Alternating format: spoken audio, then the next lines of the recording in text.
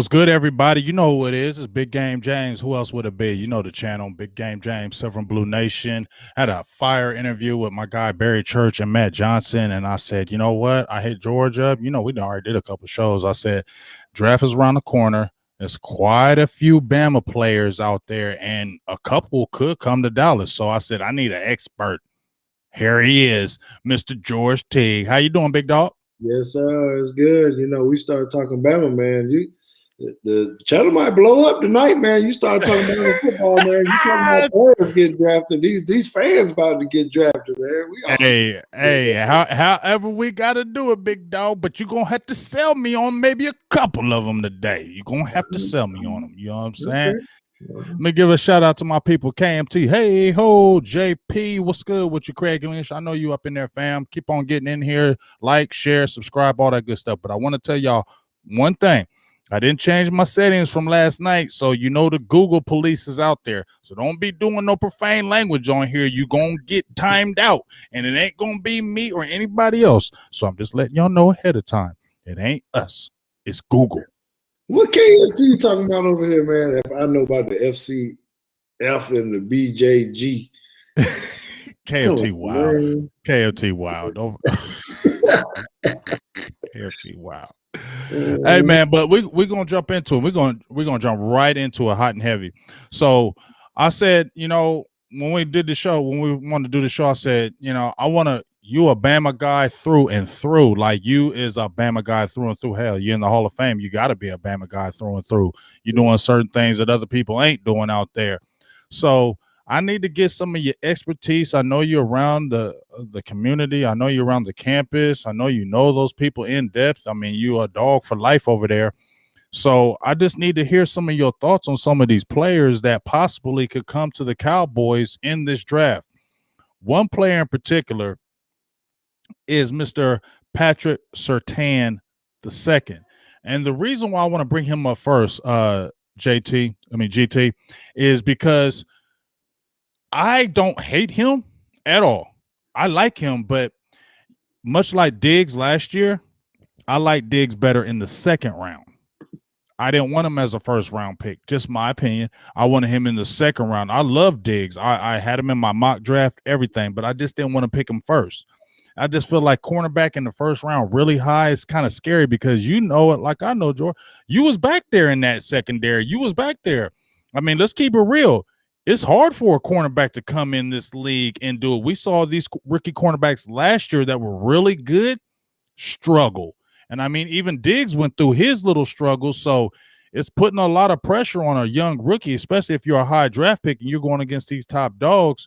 I mean, don't you think it's hard for a cornerback to come in and make splash instantly? Man, Big James, look.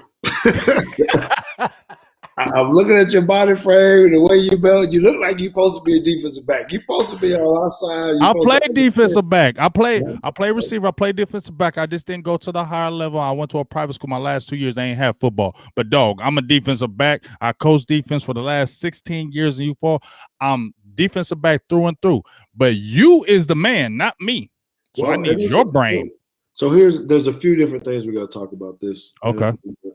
When it comes to Patrick Surtain taking defensive backs, you know, that high or in the first round and whatnot.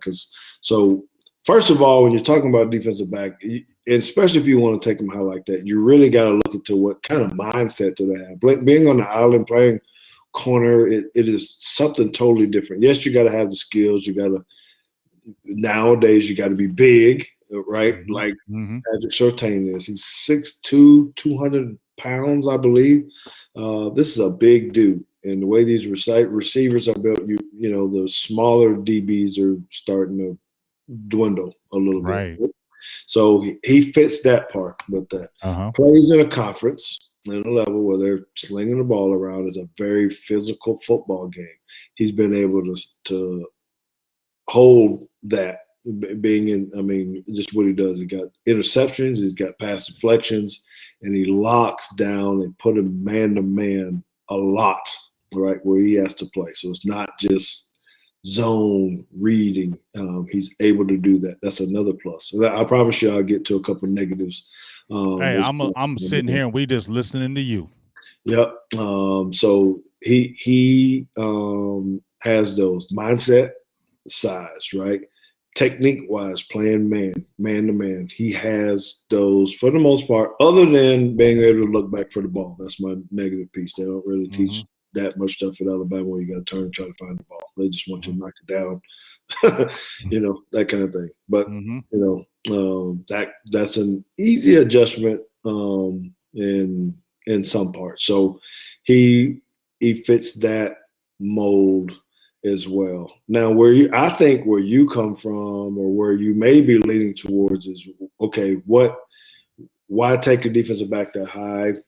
You ain't said it. We ain't talked about it yet. As opposed to a linebacker, a 3 technique, or somebody else that you may deem to be more valuable from that. So I know another later part of the show we'll really dive into, should we find a cornerback in free agency that can start to open up with that? So if we don't, then I think, now we're really getting to a game. What are we going to take? Linebacker, defensive lineman, secondary guy. I know Jerry ain't taking no safety. Right. I promise you that. Will he take a corner? I don't even think he'll take him. I think he'll land there, but I think if there's a linebacker there or a defensive tackle there, that he would go with that first. That's me personally. Speaking of knowing what they're doing, what they're looking for. Now Jerry's always trying to make a splash and do something different anyway. But if he was available, I think I would be rooting, because to me, man, I've said this the whole time, man. I think our secondary is the weakest. Like, we got some weaknesses, but I think our secondary has been the overall weakest link to that. Second year with Diggs, you bring in someone like Surtain, perhaps we become instantly better. Even with the guys that we have, you become better because of the pass-happy nature of the NFL. You got to have guys out there that can cover, especially if you don't have no pass rush. And we don't have no pass rush, boss. Not now. No, we don't. So, but let me ask you this, though, George. You said that our secondary is like our weakest link. Me personally, I think our front is our weakest link as far as the middle. I can feel you with the corners because it's been suspect. It's been up and down. We've seen Xavier Woods. He's just been I don't even want to speak on him right now. And then Darian Thompson, I mean, I'm not hating, but come on. Now, Donovan Wilson, what do you think about, before we go anything else, what do you think about Donovan Wilson this year when they gave him a chance? I love him. I think he needs to be here. We need to give him a chance. Maybe he played above his head. I don't know that, but I think he is a great football player. He showed up when it was his time to show up. So he deserves another chance. He's a George Teague type of guy. I'm saying, from an overcomer. Ooh, I like that. He said it was a George Teague type of guy. I'm feeling good now. He's got a chance, but he's got to, it's going to be a continual fight for him. Right. And I wish I had the opportunity to talk to him some point in time that, hey, man, just because you had that success like that, don't let up and think it's just going to happen. Right. It's not how the NFL works, So the secondary, or what you're saying, yes, I can agree with you on the front. But here's what I say. Okay. When the problem is the optics of your secondary versus the lineman, this is practical sense, right? When the defensive back gets beat, everybody knows whose fault it is, man. Whose damn fault it is, or at least they think it is. Anyway. Right. But if something breaks down in the front, the common people don't really know, right? Exactly. They don't know who's out of the wrong gap. Did the linebacker go the wrong way? We might be talking about the linebacker missing the tackle when actually the guy didn't go in and run the stunt up front, or whatever. So we don't really, really know. So from a film standpoint or a TV standpoint, DBs get exposed. They miss a tackle, might not even be their fault. Someone ran through, like I said, the gap. You got to have those guys that can save your ass. Sorry, you got to. No. You can talk like that on here. Yeah, they got to be able to save your ass because they're the last line of defense. So they have to be good. You got to at least have one or two dogs. They just look around the league. They got some dogs, man. One that can make something happen. So if it ain't going to be the safety, you better lock up your edges so you can keep the other 2 or 3 DBs, in the box and stopping the run, helping stop the run. Well, let me ask you this, big dog. You got impending free agents right now. Let's just talk about these guys. You got Jordan Lewis. You got Cheeto. You got Xavier Woods. Even Darian Thompson, but I'm not really going to include him because I'm talking about these 3 players were original draft picks in 2017. Mm-hmm. Out of those 3, would you keep any of those guys coming back for next year? Would you offer a contract if you were running the team? Would you offer any of those guys a contract? That's why I like you, man. That's why I like you, man. Nature of the beast, man. There are better, and I'm going to try to find the best guys to come play this football game. Mm-hmm. So if they do, they have to come cheap. If I don't think, my scouting department think there's not better players out there, and there are. So I'm on the hunt. I got my people watch as much film as they can and say, can we upgrade in these positions a little bit? And I think we can. So I'm not in a rush to do them, and I can find they're not going to require very much money. I don't know if you're going to talk in the cap space and how much money we actually got and what we got to do, and will we have to have somebody that's a little bit underpaid? Maybe it's one of those guys. Maybe it's an Xavier Wood or something of that nature. I would. So if there's one out of that, I think I would. If there's somebody I had to fight for, it's going to be Xavier Woods. I know you don't like him. But you fighting for Xavier Woods, George? If there's one that I'd go with, I'd fight for him. Oh my gosh. Explain this one to me, because everybody and their mama don't want no Xavier Woods back. Explain to me right now. Explain to me right now, because I'm gonna have to talk to you about that one. You played this game, so you know more than me. So I'm not coming off like I know more than you. No. But here's my thing though, GT. When a man comes out on air and says nobody plays 100% of the time, okay, that might be true, but you don't say that in a contract year, do you? No, you don't.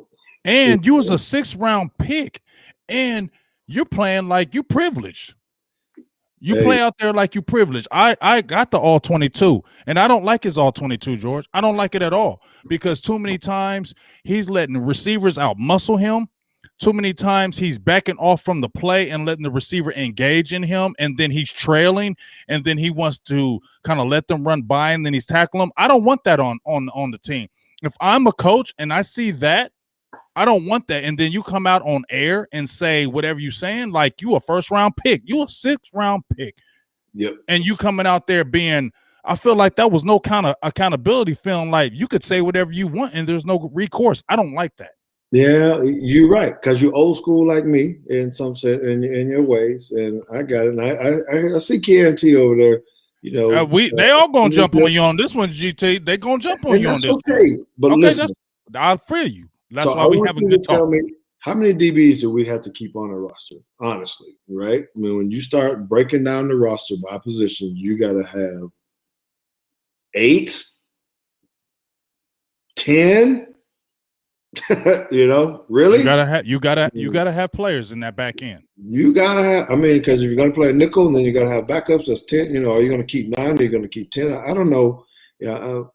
So when you start saying that, I would honestly ask you and the fans that are listening, who are you gonna have if you release 2 or 3 defensive backs?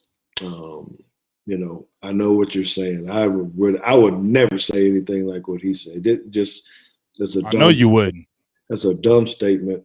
Now I'll get off on a tangent, start talking about why people this day and age of kids, talk how you want, man. You can talk how you want on here. Talk how you want, man.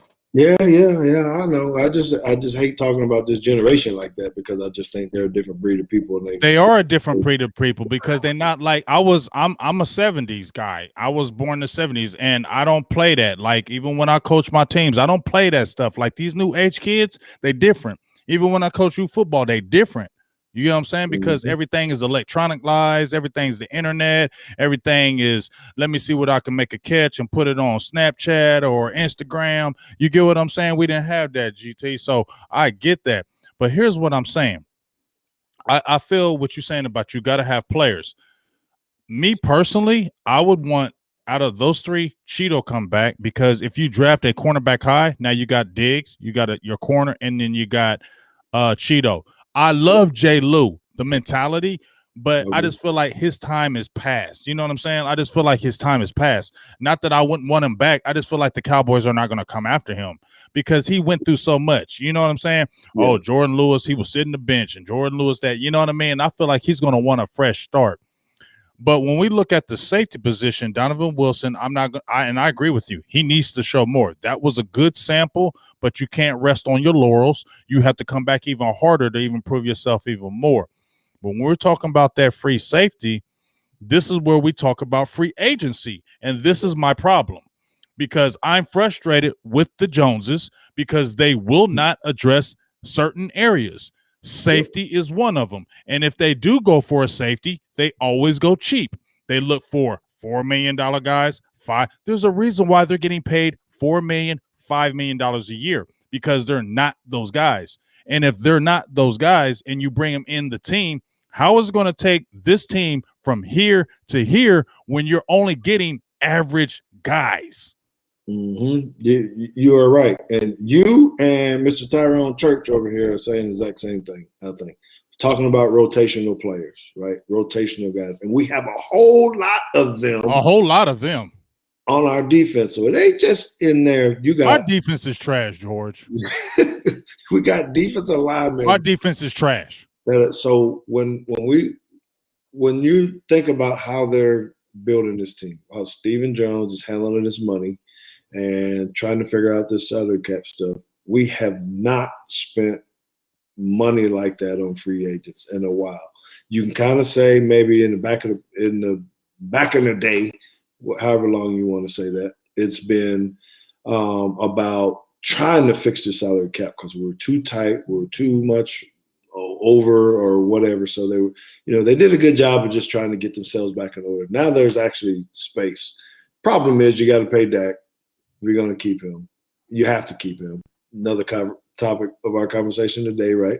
But when it comes to these, what we're going to do on defense, we gotta find a way to get out of this finding just guys to fix the Band-Aid and hope and pray that their potential comes about. Want to be Bill Belichick or whoever it is and try to find the steal at 6th round and all that. We can't do that right now. We're too close of a place that we need to pick up a really, really good safety, in my opinion, even before the corner. We need a really, really good safety. Just spend the money, spend a little bit more, give somebody $10 million or whatever it is, 8, 9, at least get out of the $4 million range, $5 million range. Go find that person to do that. That's going to fit our scheme. Even if he's a little knucklehead, a little bit, we need that person to. There's nothing wrong with knucklehead. See, and that's what frustrates me because Stephen Jones. I'm not trying to bash Stephen Jones, but listen what I say. I call him Baby Nuts Jones. And why I call Stephen Baby Nuts Jones? Because he ain't getting the cojones to go out there and spin because he worried about, well, if it fails, how's it gonna look on me? I feel like I'm not the man. I'm not in his brain. But ever since that Brandon Core addition, it's got scary. It's been scary since then. And a lot of people in the media, in Dallas media, were criticizing that signing. So it was almost like, well, we ain't doing that no more. We're going to just bargain shop. And here's my theory with this, George. When you bargain shop, right, if it doesn't work, you could say, well, I mean, he wasn't a top guy anyway. It's an easy escape for you when you get a bargain player. It's an easy escape for you because you're like, well, he wasn't great anyway, so we can just move on. And when I look at these I posted defensive tackles and safety since 2010. Our defensive draft have been terrible, period, flat out. If you look at our defensive roster from 2010 to now, it's been terrible. You just now have a DeMarcus Lawrence who's just now, after 2017, is showing. I love Randy Gregory, but he's just now getting on the field. From that point, you don't have your Byron Jones, you don't have your Malik Collins, and you got a whole bunch of guys that you're just guys. Like our defensive tackle. I'm not hating on Justin Hamilton, but who is he stopping? He's in our middle. We got Antoine Woods. I'm not hating on Antoine Woods, but he was undrafted. Yep. So you know what I'm saying? We having a correlation of we getting Nick Hayden's and Sean Lesimores and guys who ain't gonna make no difference in that middle, George. And that's the problem. When it's a dirty circle, and I get frustrated, George, because everybody be hyping and we talking draft and this and that, but until they really step out and spend some bread, it's going to be the same thing year in and year out, in my opinion. Yeah, you're right, and I'll give my man Jerry Jones, a little bit of advice because I know he's listening, or he's gonna check you out. That kind of stuff, right? Here's what I know about Jerry and everybody else. That damn yacht he got is bad as hell. That bus he got is bad as hell. That facility he got, he bad as hell. Everything. He ain't cutting no corners on nothing. He's spending some cheese on everything to make that look good. We need to do the same thing when it comes to these free agents and these draft picks. Get the people, man. Spend the damn money, man. Y'all smart enough. We got good enough people. We can figure this thing out, and we can restructure. And when you get the right people that are in for the Cowboys, that's going to ride the star and do that kind of stuff and be loyal to you, they'll make extensions. They'll make your money work and all that kind of stuff. I think they're afraid that guys won't, take not pay cuts, but, do things that are better to help keep another player. That's why they need to sign Dak, and Zeke and those guys, because those guys will, because they're here to ride the brand. They're going to do that. Find some defensive guys like that will ride for the brand. A young guy that may cost you a bunch of stuff, and don't be afraid to do that, because you hit it on the head, brother. You hit it on the head. They don't want to spend the cheese. They got to spend the cheese on some of these defensive dudes. I don't care. Go find a 3 technique, linebacker, somebody in the secondary, in free agency if need be, if you can make the money work. So I don't know why we just keep going after little bargain players like that are not going to make a difference. And that's the frustrating part, because you see these other teams that go out, and I get it. I get it about the cap. I get it. But these other teams are going out there and saying, okay, well, you know what? We're not waiting till 4 or 5 years. We are trying to win now, and we're going to do whatever it takes to win now. When I see the approach from the Cowboys, and I feel like, and I've said this, I feel like Stephen Jones neutered Jerry Jones, because Jerry was gung-ho. Jerry, if he listened to the media, we need an explosive receiver. We need an explosive receiver. What'd Jerry do? He'd go out there and get a receiver. Yeah. We need this, we need that. Okay, Jerry will go out there and spend that money and get it, because he's like, okay. But Steven is always like, no. Don't do that, Dad. Don't do this, Dad. Don't do this. Don't do that. And because that is happening, it's crippled this team. First of all, with this Dak thing, number one, just like you said, you got Dak who's bleeding for this organization. He bleeds the Dallas Cowboys. You haven't taken care of him yet. You don't think players are still looking at that? I mean, we're not, people aren't robots. They're still looking at that. And until you do that, it's to me a disconnect, in my opinion. Yes. And then when you don't go out there and spend money, and then you try to sell us, I've already heard rumors that they're trying to bring back Gerald McCoy. I'm frustrated with that already, because why? You already sent, before you signed him, you made him sign a paper on an injury that you already knew he had. So you already knew he was damaged goods, but what you did was fake out these Cowboys fans and say, we signed Gerald McCoy, but you knew he had an injury. You know he had a pre-existing injury, and that injury got blown up. That's the type of stuff I don't like, because I feel like you getting this player to make us shut up, because I call them shut up signings. Dallas does shut up signings. They listen to the media. They hear people chirping, and they're like, we need a corner. We need a corner. Shut up. We got this corner right quick. Just like they did with Michael Bennett. They got Michael Bennett in the midseason because everybody's clamoring, why didn't we get a defensive tackle? Michael Bennett. You knew damn well Michael Bennett wasn't going to do nothing half a year. And he came in the locker room and said, we're the leaders. Mm-hmm. Mm-hmm. You see what I'm saying? It's dysfunction, in my opinion, GT, and I'm not trying to bash, but that's what it is. When we going around in this dirty circle, it's those reasons. You feel what I'm saying? So that's the frustration for all of us right now, because we're tired of looking at all these other organizations going out there making bold moves, but we being safe because, oh, we're great. We great. We can spend money. But when I hear Stephen Jones saying, well, Dak, he's got to make it good for everybody so we can build things around him. You ain't built a defense. So you talking about saving money and we need to spread it around for everybody, but you haven't spent 1 red cent on no defense. So who are you saving this money for? I don't know what this is. I'm not sure if they're. I'm saying it's not analytics or whatever it is, but I hate to say it's always marketing and jerseys and extra money and all that kind of stuff. But it is, though. You know it is, G. You've been there. Sell the tickets, sell the jerseys, sell the hats. You know, there ain't a whole lot of defensive names on the back of those jerseys, unless it's Van Der Esch, I guess. And he's suspect. That's an issue. Well, all of them. Jalen Smith is suspect.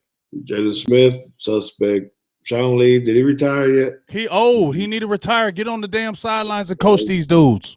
Part of the cap issue too. So we got aging guys, older aging guys that are affecting our salary cap money, and you got younger guys that haven't met their potential or that are just average players. So we got a big issue there, and we need to find that middle road and find the right free agent. That's why, you kind of asked me offline or before, well, are the Cowboys gonna spend some money in free agency? I think I could be a dope GM. I think I could be a nice GM. Just school me on some things. I know it. You got to do the marketing thing. Let me have an advisor sit next to me, but I'm not doing that silly stuff, because winning is number one priority, bar none. And we're going to do whatever it takes to win. We're going to do whatever it takes to get winning back in this building. So if we got to spend a little money, we're going to do it. Guess what? If I spend some money and I made a mistake on that, I'll eat it and take it, but you won't be mad at me for jumping out there and trying to make this team better. That's the point that I'm coming from, where, yeah, you might make a mistake. You might be wrong, but it's the fact that you don't know if you're going to be wrong. Scared money don't make money. Okay. If you're scared, go to church. Man, you on fire right there. You on fire with that. I think you should do it just like the stock market. If you got it, go ahead and buy it. If it ain't, get rid of it before it's too late. Right. Trade it away or whatever you got to do to try to recoup a little bit. Plenty of people are doing it, right? They're getting rid of quarterbacks and just like that. And because they're trying to make moves, but yet we still sitting here worried about the cap. Yes, sir. And we shouldn't be. We shouldn't be, because all these other teams ain't worried about it. They're worried about getting the Super Bowl, but we're worried about being a cap and being under the cap and being Dallas. I just looked at there. Dallas Cowboys is the richest organization, number one, bar none. So it ain't like Dallas Cowboys ain't got money. So why are we sitting here worried about this cap thing? But I ain't going to keep on beating that up, because I want to talk about some more Alabama players. So I'm going to leave that alone. Right. So would you – Surtain, here's my thing with the 10th pick, big dog. I'm sorry. I'm scared of taking Surtain at 10. I don't want to take him at 10. I don't want to. Should the Cowboys take him at 10? You don't want him, or you want a different position? You want a linebacker or a DT? Did I hit that right? You're saying, is it I want a DT, but when I look at the DTs at 10, I don't even want to do a DT at 10. It's weird, because, see, this is my problem, G. The 10th pick is so funny, because you're going to have players, and you're going to have a plethora of players. You're going to have offensive tackle available. You're going to have a linebacker available. You're going to have a corner available. So it's like, dang, what do I really do? Because I feel like you can get that defensive tackle that you want a little bit later. You know what I'm saying? I think you could go after a corner at 10, but when I look at Surtain, I'm a little nervous, because when I watch him, He is good. He's long, got long arms. Like you said, he played in a great system. He played a lot of man-to-man, but that speed kind of bothers me. Diggs didn't have that speed, but I don't know what it is. It's just some inside of me where I don't want to go with him at 10. If you tell me get him later, I feel good. But at 10, I need a dog. And to me, Surtain, he ain't a dog. Well, Just to I'm me. not going to. You can tell me I'm wrong.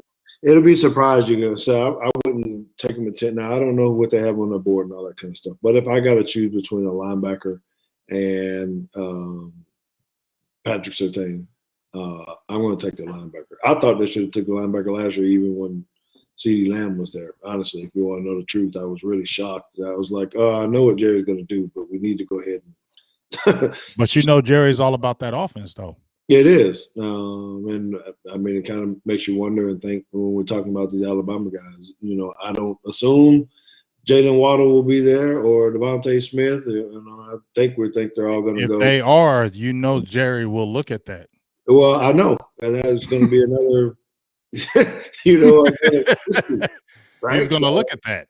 Yeah, that's right. And he will not take the defensive guy. So, I'm not as stressed about it. I mean, it's going to be fun to watch this draft and really see because there's so many different avenues we can go the way that the draft is lining up.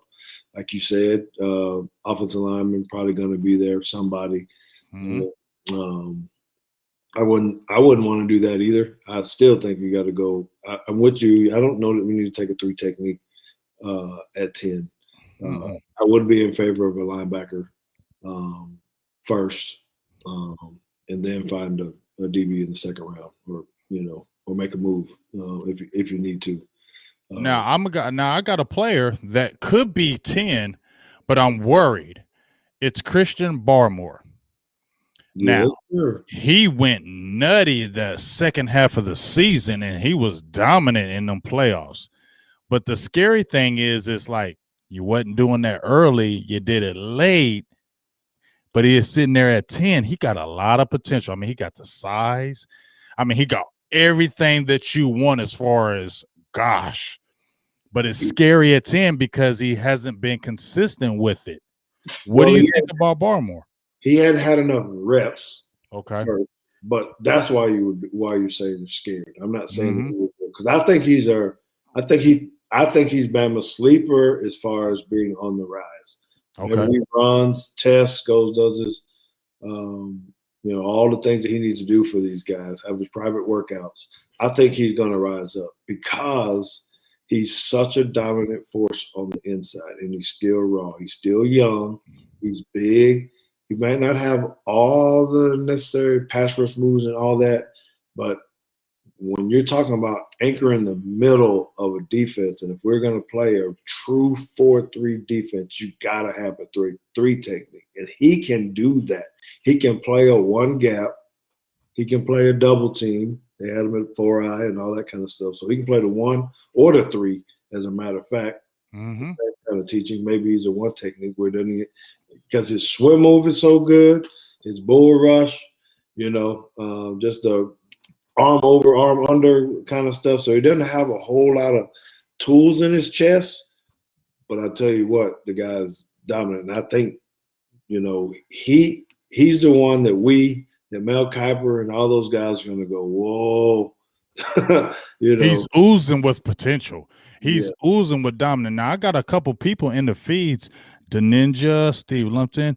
They're saying that they think he has a questionable motor. What do you think about that? You're there more than us. What do you think just by meeting him, talking to him, being around him? Do you think he has a questionable motor? No, I just think he's not in shape, man. That's scary though. Piece, this dude, he is 3. What is his weight? He's almost like 320. He's 320. He's his 3rd year in the league. He didn't really even play. First part of the year. The year before that, he only came in on certain situations, so this dude's still a baby, man. He like 20 years old. I mean, something, crazy. In the middle. How young these dudes are. still a baby, man. He don't even know how to pack his backpack to go to class right now.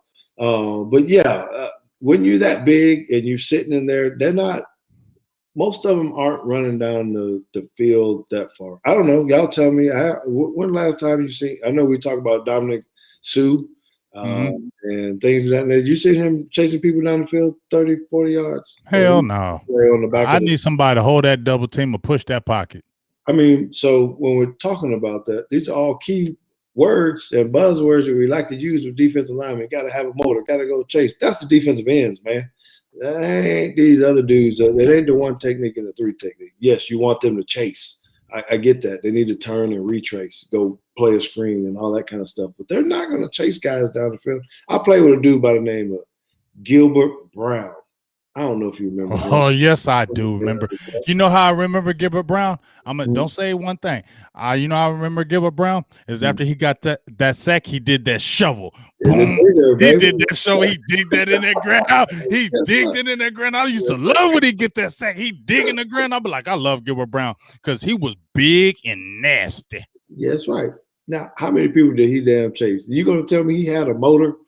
No, the motor was in his Mustang 5.0 that his big ass couldn't even get in. But he had one. He got him a convertible so he could drop the top back and he could fit in it. We in Green Bay, man, come on, you got to turn the heat up high or whatever just for him to play. So he ain't had no motor, man, but he did what we need to do. Right. The graveyard digger, you know, he just that was the grave digger for real. Yeah, grave digger, man. That's what he put it in there. He held that gap. And if you didn't have someone there that could stop that force, you had an issue, right? So, and when you're talking about a Barmore, someone of that nature, he's not nearly as big as him as far as mass and size and roundness and all that kind of stuff. But he's that type of impact player that is really, he's gonna shut down the gap, which in turn is gonna help whoever we have at linebacker. We overmissed that part because those guys' job up front is to keep the doggone linemen clean. Linebackers. Yes. Let these guys run. If we're going to play 4-3, these linebackers got to be able to get off the spot and run, right? And you can't have guys that are just getting out of the way all the time and getting pushed out of the gap. They can't be too light. The 1-3 technique got to hold that down and let these guys get off the spot. And get downhill, and we're not doing that either. So shoot, I need to go coach, man. Is what I need to do. I'm back coaching. I'm mad, G, because we had I retired and I came back after 3 years, and when I came back and we had a nice squad. I had some athletes, G. I had some athletes, and then COVID came. So I said I came out of retirement and then COVID comes.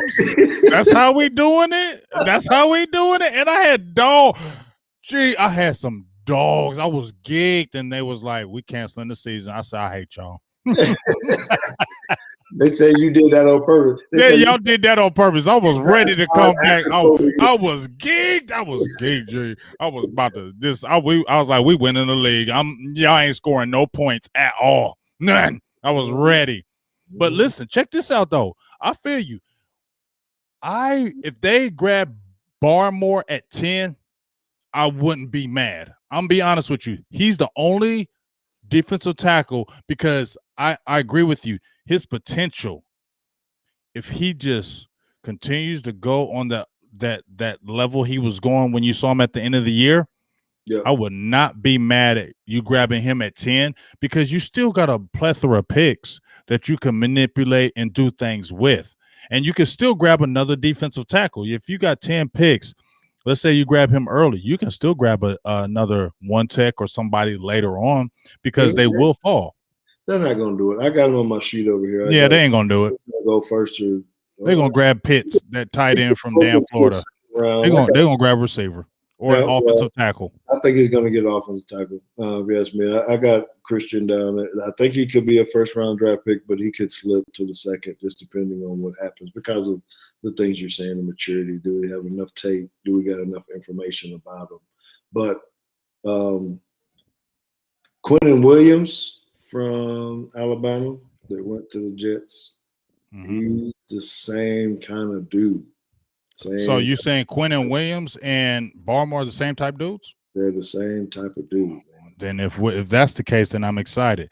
Now listen over here, Steve Lumpton. He said, "What BGJ? Come on." Now y'all love some Quinnen because we already talked about getting Quinnen Williams. We do some straight up trades from some Quinnen Williams. Yes, I don't care what y'all say. I watch Barmore. I watch tape of him, and I'm like, man, if he can just continue to grow like he is, he would be a great addition in that middle. Who else do we have, y'all? Y'all talking to me about that? Tell me who else we have. We got Justin Hamilton. We got some dude that came from the Chiefs. I don't even know his damn name. And we got Antoine Woods. That's an instant upgrade. Instant. Yep. In the middle. Because we don't have nobody. So don't tell me, come on, Steve. Come on, bro.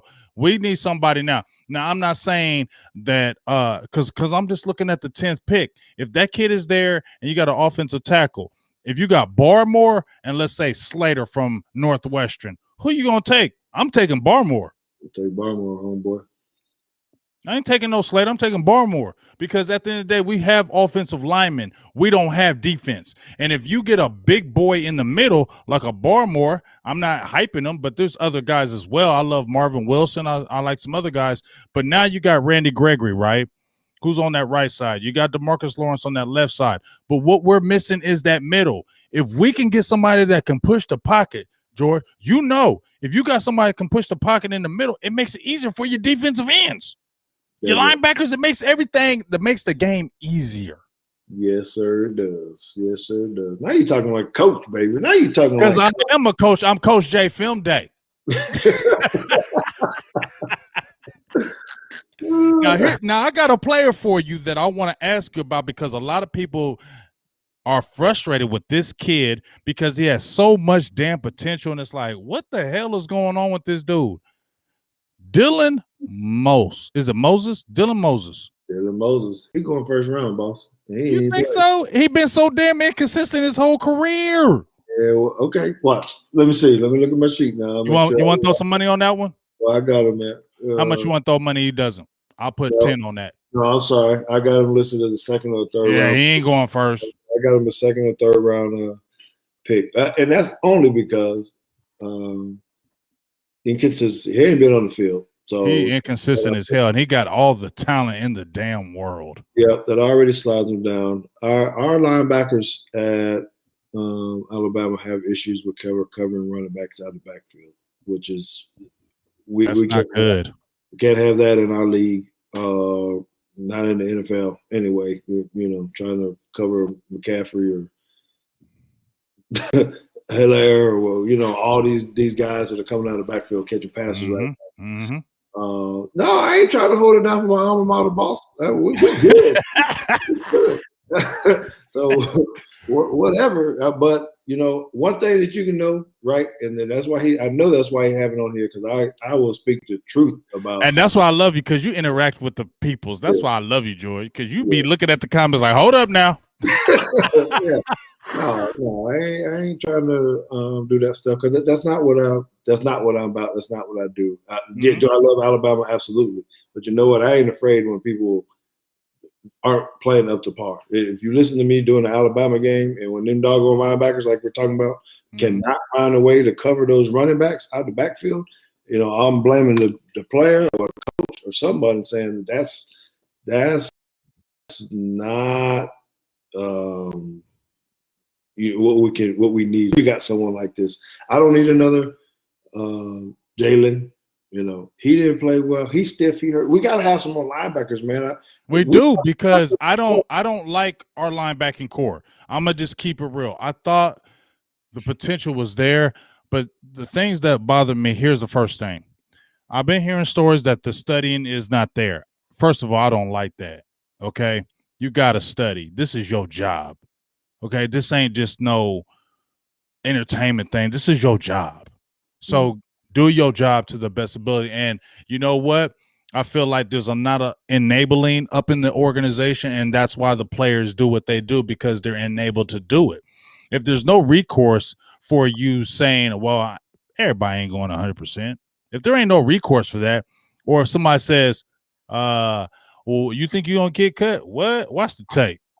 You know what I'm saying? When people just players are like that, just talking like that, that's like, wow, y'all just real boisterous. Y'all, no, my coach is gonna come in here like, hey man, shut up, get your butt up in here and do this. But when I look at my the linebackers, Jalen Smith, I don't know. I'm saying I'm not hating on him, but he just frustrates everybody because I just watched this Giants game, the last game of the year, G. The last game of the year, I watched the first series, and I'm saying I watched the tape. I watched the tape all year, but I watched just one series. You're moving, don't want nobody to hit that left leg. You keep hopping on it. Number one. Second of all, where are your instincts? So because you're getting faked out on ball fakes, reverses easily. Yeah, BG. So I just got to ask this because you said it and you hit it, and thank you for pointing it out. But when you watch these tapes and you're watching this, and someone was talking about motor, what do you think this motor is on this guy? You think he's running? Did you see that fight in the damn Super Bowl? No, he's not going. He's not going hard. He's not going 100%. I don't care what anybody's telling me. He's got Hollywood, in my opinion. He doesn't want to hear it when people say it, and that's not fair to everybody because you are being Hollywood. I saw when you came in at 2016, you was humble as hell because you got drafted by the Cowboys when nobody probably was going to take you in the second round because of that knee because they thought you was never going to play again. You came in hungry in 2017, and it's almost like after that you got anointed. It was almost like you fell into the Cowboys, whatever, and then all of a sudden in 2018 you're wearing sunglasses in the interviews, and I mean I noticed that stuff. I don't like that kind of stuff because you know what the hell you wearing black sunglasses in the interview after a game? Well, because I don't think we're out in LA somewhere. Dallas ain't that. We got some high profile people. We got some money out here. We got some large houses, but we ain't California. We ain't Miami or whatnot. So we hard working people around here. We get dirty, and that's what he needs to do. I just feel like it's too Hollywood up in the organization. You know, just my opinion. I just feel like it's too Hollywood. Too many people are just. I don't know if it's you know, when I watched you play, George, I'm gonna just keep it real. One of the reasons why I love watching you and Woody. Because y'all never took a playoff. Y'all took that stuff personal. I want to say shit. I want to say this. Please excuse my language. Y'all took that shit personal. I could see how y'all played. It was personal to y'all. Like I could feel it. I could see it. Y'all put everything into it. And that's why I respect and loved you. You get what I'm saying? I'm not saying I'm even anybody, G.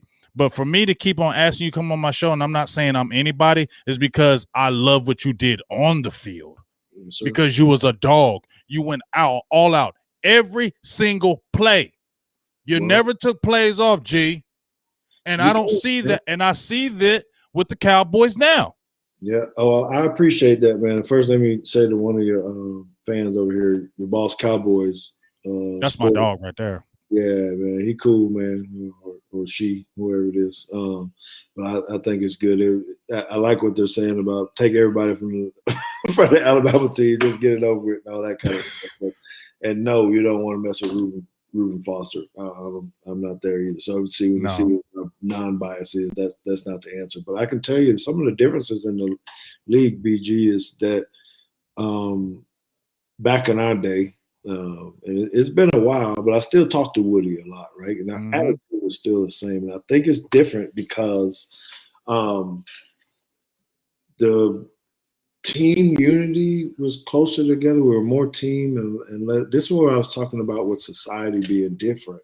You know, do you think it's that internet and all that stuff? It's the same shit, man. I'm doing it too, man. I'm tweeting, I'm doing stuff, and you know, it's doing me. And but do you think that's a distraction though, G? Because you didn't have it back then. It is a distraction, but I still think there's ways to do things as teammates, and that you still can fight for each other. Right. Still understand. It's no different than your family, man. Right. That's what I'm trying to teach my kids. I'm coaching high school football. Man, I know they're going to be doing this social media thing to get their likes and follows and all that. Right. Here, this got to be about us. And it is embarrassing when we go out here, someone standing on our star we're not playing good. We got the worst defense in the league. That shit's embarrassing, man. You should take that personal as a player, and you should be kicking someone in the ass. And that's why we were at least good, or at least had some passion, because Nate Newton was going to come in there and ream somebody's ass and tell you this is unacceptable. Me and Darren Woodson are going to talk and figure out, even if we don't necessarily know what's going on with the coach, man, I got your back. Go ahead and do this. And we try to work this out. And I don't see or have that kind of sense of camaraderie from the team. There's some individuals that may ride or die together and all that kind of stuff. Yes. But collectively, it's not there. I ain't hear no one talking about whatever we want to call the whole defense. You might have the hot boys, right? They're up front. I don't want to hear that hot boys crap. You know what I'm saying? Like, I want them to shut the hell up. And then let me tell you what else. I want to vent to you, G. I listen to these guys on social media whine and cry because people talk about them. They say things about them, and, they want to get all frustrated. You're on social media, though. You're tweeting every day. So then when people come at you, then you want to get all butthurt and in your feelings and like, oh, well, you don't know what you're talking about. Watch the tape. Well, guess what? We are watching the tape, and we seeing you not doing your job. And when people call you out and say you're not doing it, then you want to say we don't know nothing about football. No, you just need to do your damn job. You need to stop being on that damn tweeting. You need to stop doing all that damn talking, and you need to get on that damn field and make plays, because that's an embarrassment that y'all gave up 2,500 yards. Teams average 5 yards a carry against them, and all y'all doing is tweeting, talking about hot boys. There ain't no hot boys. There ain't no hot nothing. Shut up and get on the field and make plays, because you should not say one thing about a hot boys when y'all gave up 2,500 yards rushing on the whole year. Yes, sir. Yes, sir. And you're right. And that's the disconnect, that it's the catch, the flame, the graphic, the whatever it is. It's cute. We bought into it for a minute, right? But it just, I don't know, man. There has to be some type of leadership, something. I know they have these closed door meetings and all that kind of stuff, but I don't really know what they're talking about. What are you talking about? What year was I in Dallas? Oh, man. Yeah, that's my homegirl. Okay. She's cool. When was you with? Tell her. When was you? How long was you with Dallas? I came in 1996, right after the last Super Bowl, and I was here to 2001, at the end of the 2001 season. So we lost to Green Bay no, it was a game before that. We lost to Jacksonville when Jacksonville first came in. Mm-hmm. Their first one, we lost to them. We would have had to go play Green Bay in the NFC Championship, but we lost that year. Then that's when the decline started to go a little bit after that. But I was fighting that whole time, man. And that's where I know you was. I know you was. That's why I respect you and love you, because you always fought through, no matter if you're 1-16 or if you're 16-0. I saw that defense, and make sure you holler at Mario Edwards. I've been trying to holler at him. Get him on the show. Oh, you know y'all boys. Go I just had him on the show last night. I know you did, and he told me he was gonna come on, but I'm like, I know he's probably like, who is you? But if I get my dog to say something, hey man, Jay is cool. Get on the show. I need you to do that for me. You got me? I love this show. I would say that, man. Everybody here, I love doing this. I always come on. You just hit me up, and the time work I'll be in, because I love your fans. I love what you talk about. You keep it real. You shoot it straight. And this is, it's real talk, man. Just real talk over here. That's what we do over here, and that's why I appreciate you, because you do the real talk. Now, there's an offensive lineman I want to ask you about right quick. I don't know how much you know about him. Leatherwood. Better be Leatherwood. Yeah, who else I'm going to talk about? It's Leatherwood. Yeah. Now, what you talking about with Leatherwood now, G? What you talking about with Leatherwood? Now, you think he'll go first round? Damn right I do. Well, we ain't getting him. He could be, I don't know if he's a top 10. He ain't no top 10 pick. Yeah, he ain't no top 10 pick. But he has the versatility especially with the Cowboys, are always like, can he play guard? Can he play tackle? Can he play center? Mm-hmm. He's athletic. He can move around. He's smart. All the stuff you want out of lineman. And he's a big dude too. He's a big dude. Yes, he is. And so I don't think he's, even conversation in the top 10. Hell no. Get into the first round. I think he can. I got him, still in there. He could be in the second round as well. But I think what we want, what teams want, are nasty ass linemen that's gonna lay on people, talk a little bit of shit, talk a whole lot of shit.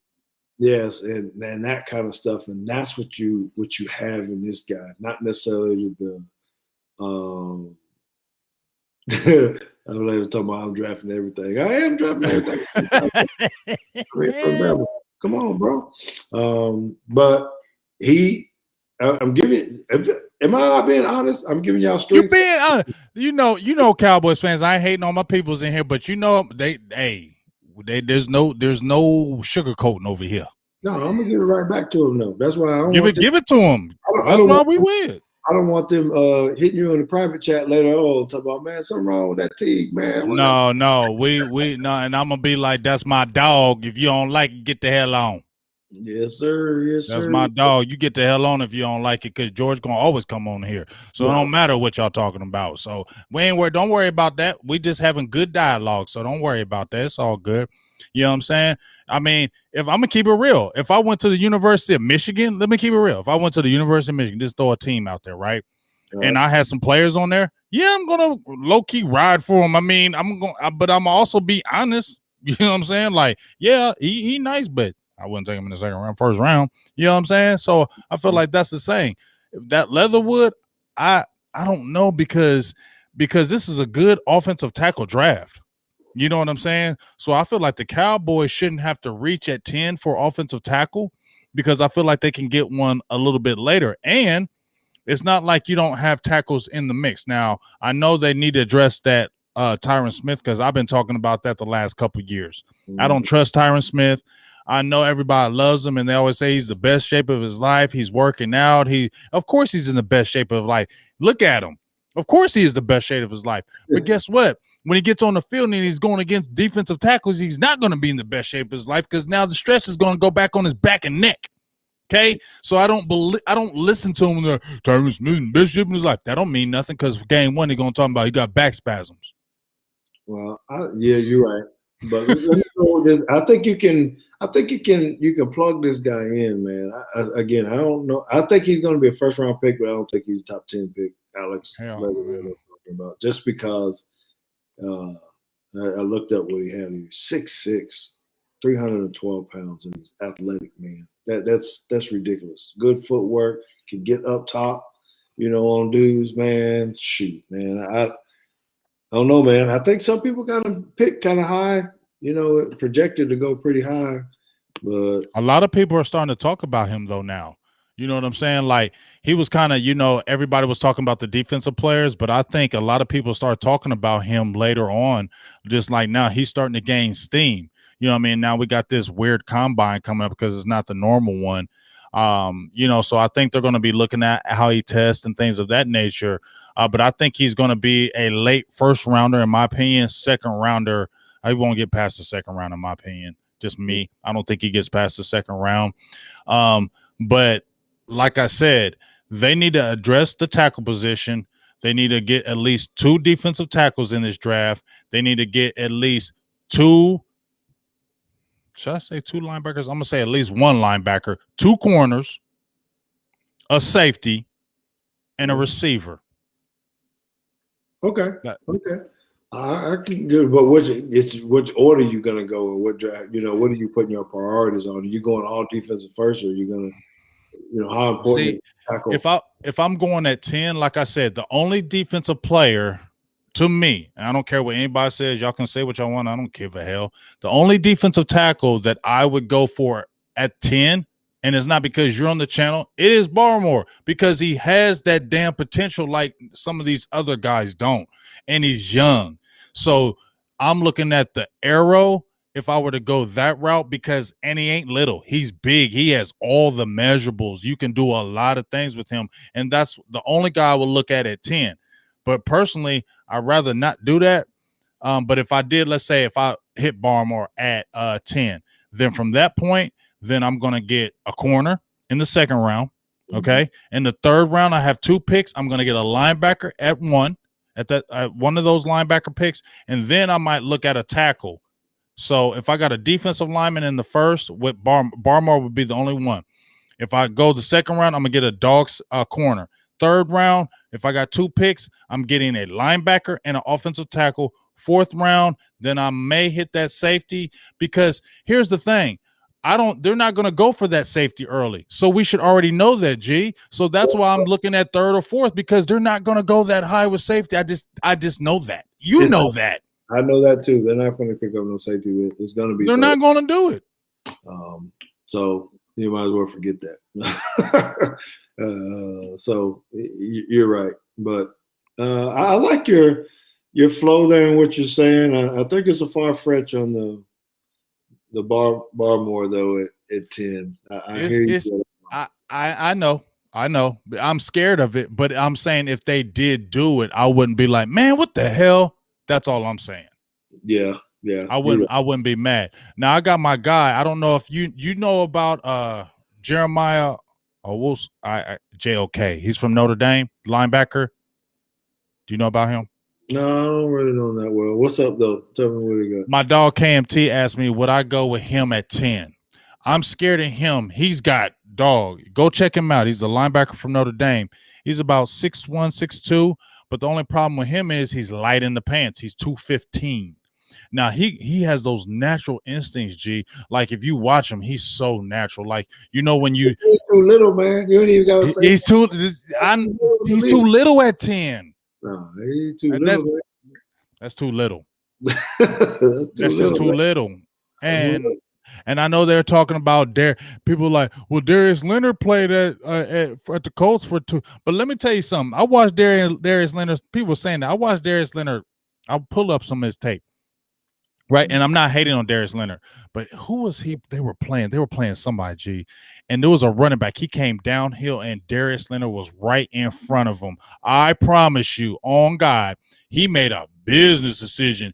He played it, G, like he didn't see him. And he like, oh my God, it was so damn funny. He played it like he didn't see him and like he missed the play.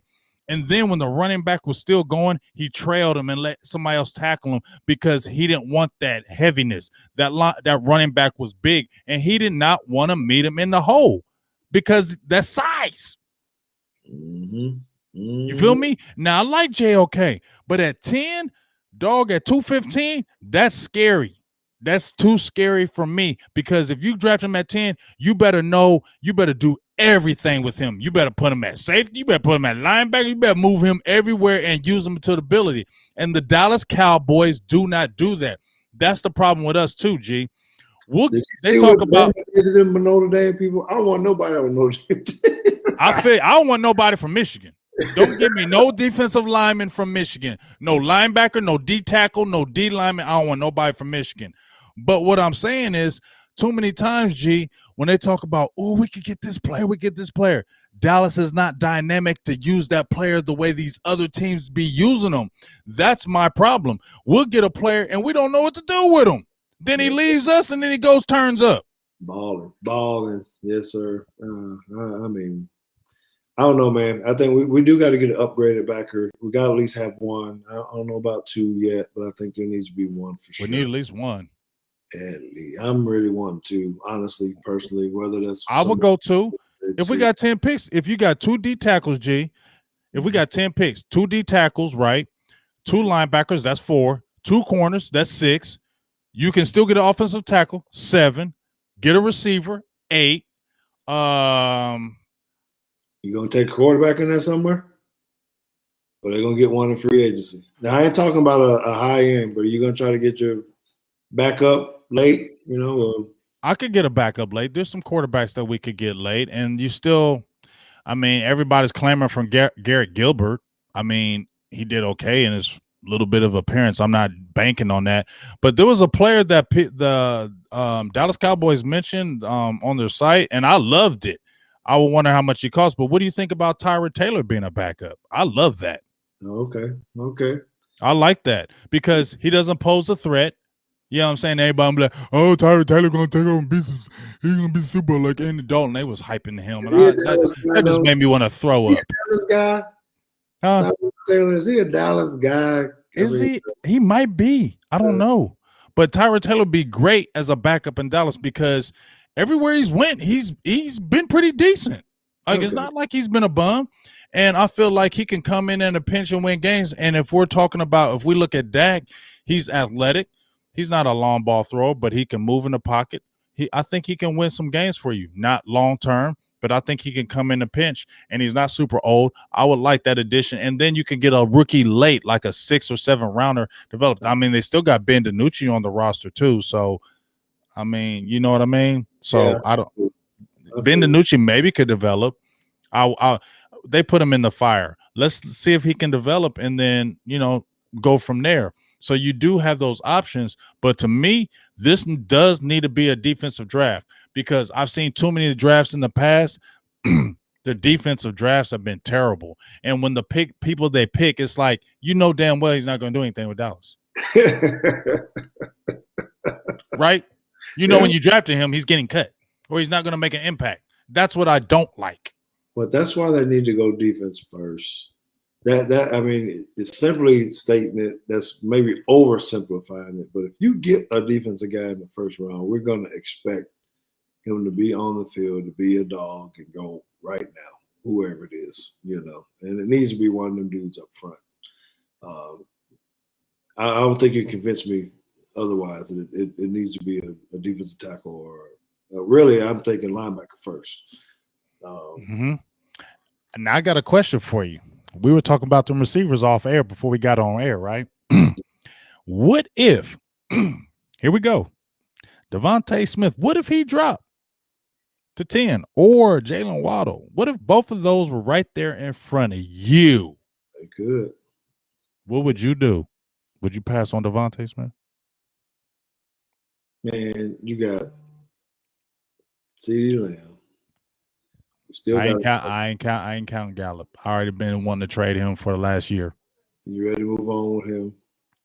It's not that I'm trying to move on, but let's look at the numbers. I've been telling people was going off on me. I made a post. People was killing me, G. They were killing me because I said get rid of Gallup. I'm not trying to, but let's look at the optics, right?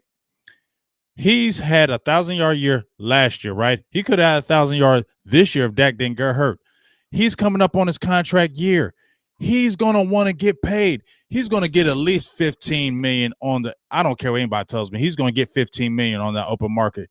Dallas is not going to be able to afford that. You're paying Amari Cooper $22 million. You're going to pay Michael Gallup, who's a secondary receiver, $15 million. Knowing you got CeeDee Lamb. That's not common sense.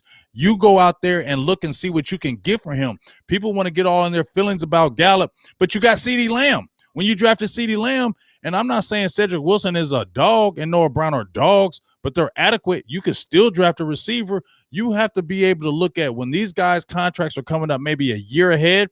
If they're thinking that this guy may want to get big money, then you need to start looking to shop and start making moves because this guy may hold out or he's going to be a distraction because he's going to want money. You got to look ahead of those things and start wheeling and dealing to keep on churning your roster. Yes, sir. Yes, sir. And I think to answer your question about whether I take Jalen Waddle or Devontae Smith, well, first I'll ask you, how similar do you think CD and Devontae Smith are? They're very similar because they're both slim. Yep. I think control. They got some speed. I'm saying I think I'd rather have Waddle than Smith. And so you're asking me which one who is there. I like Waddle too. I don't think because he's going to be. But Smith was nasty last year even with all them dogs as receivers, though. Smith was nasty even with them guys. Man, he cold-blooded now. He cold-blooded. Cold-blooded. I think everybody's just talking about his weight. Yes. That's his concern, his weight. Hopefully they got him on some nutrition over there. And Dog, they say he's a 175. No, he ain't. He big like me. He 160.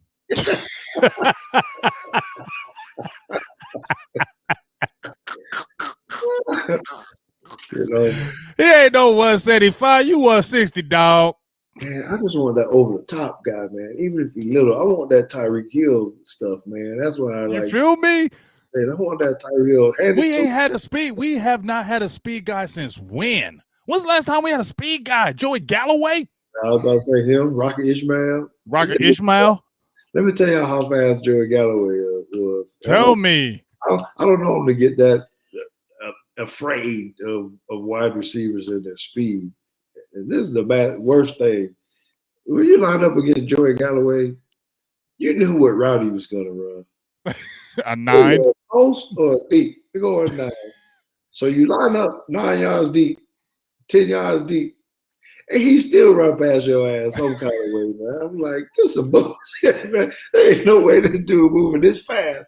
Oh, he was fast. He was like 40. Let me tell you this, and for any of y'all that lift weights and know what it is, when I knew he was the real deal when he first got there, and I went to the weight room and we were doing single leg squats, right? Put your foot on the thing, get under, go down, come up like this. He had 315 pounds on doing single leg squats with a bar, not with like dumbbells in his hand. The bar was on his back. I just stopped. I said, good Lord, this dude here, woo-wee. But you know it's crazy. He can hoop too because he played at Ohio State, and I'm out here in Ohio.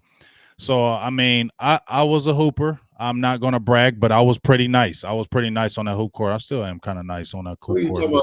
Was your hoop like blue and red? Man, my hoop game nice, dog. I'm nice on the hoop court. Don't slip on me, all right? You got that little dog. I was doing all that. Don't do me like that, G. I was doing all this. I was doing this. I was nice. Okay, I was nice. But I played it with Joey. I used to play against a lot of those Ohio State football players because they had the cages and stuff. And I remember when Joey Galloway came to my high school one time, and me and him guarded each other. We went at it. Because I always would take it personal when I would see one of those big time athletes. I was ready. I would take it personal. I would make sure I guarded them. I would make sure I wanted to show them that, yeah, you might be nice in football, but basketball, my sport. So me and him went at it, and it was great. But let me tell you something. Joey Galloway was strong as shit. Yes, sir. Strong. And when he turned and jumped, I was like, damn, he was damn near when he turned. He all damn near dunking off a one step. I'm like, wow, he was phenomenal. But I'm gonna just keep it real. On God, I gave him the business.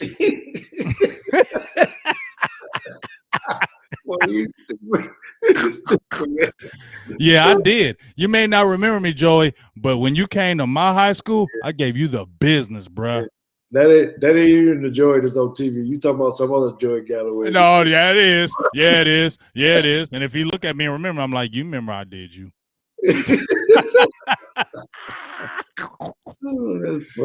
Just keeping it real. Just keeping it real.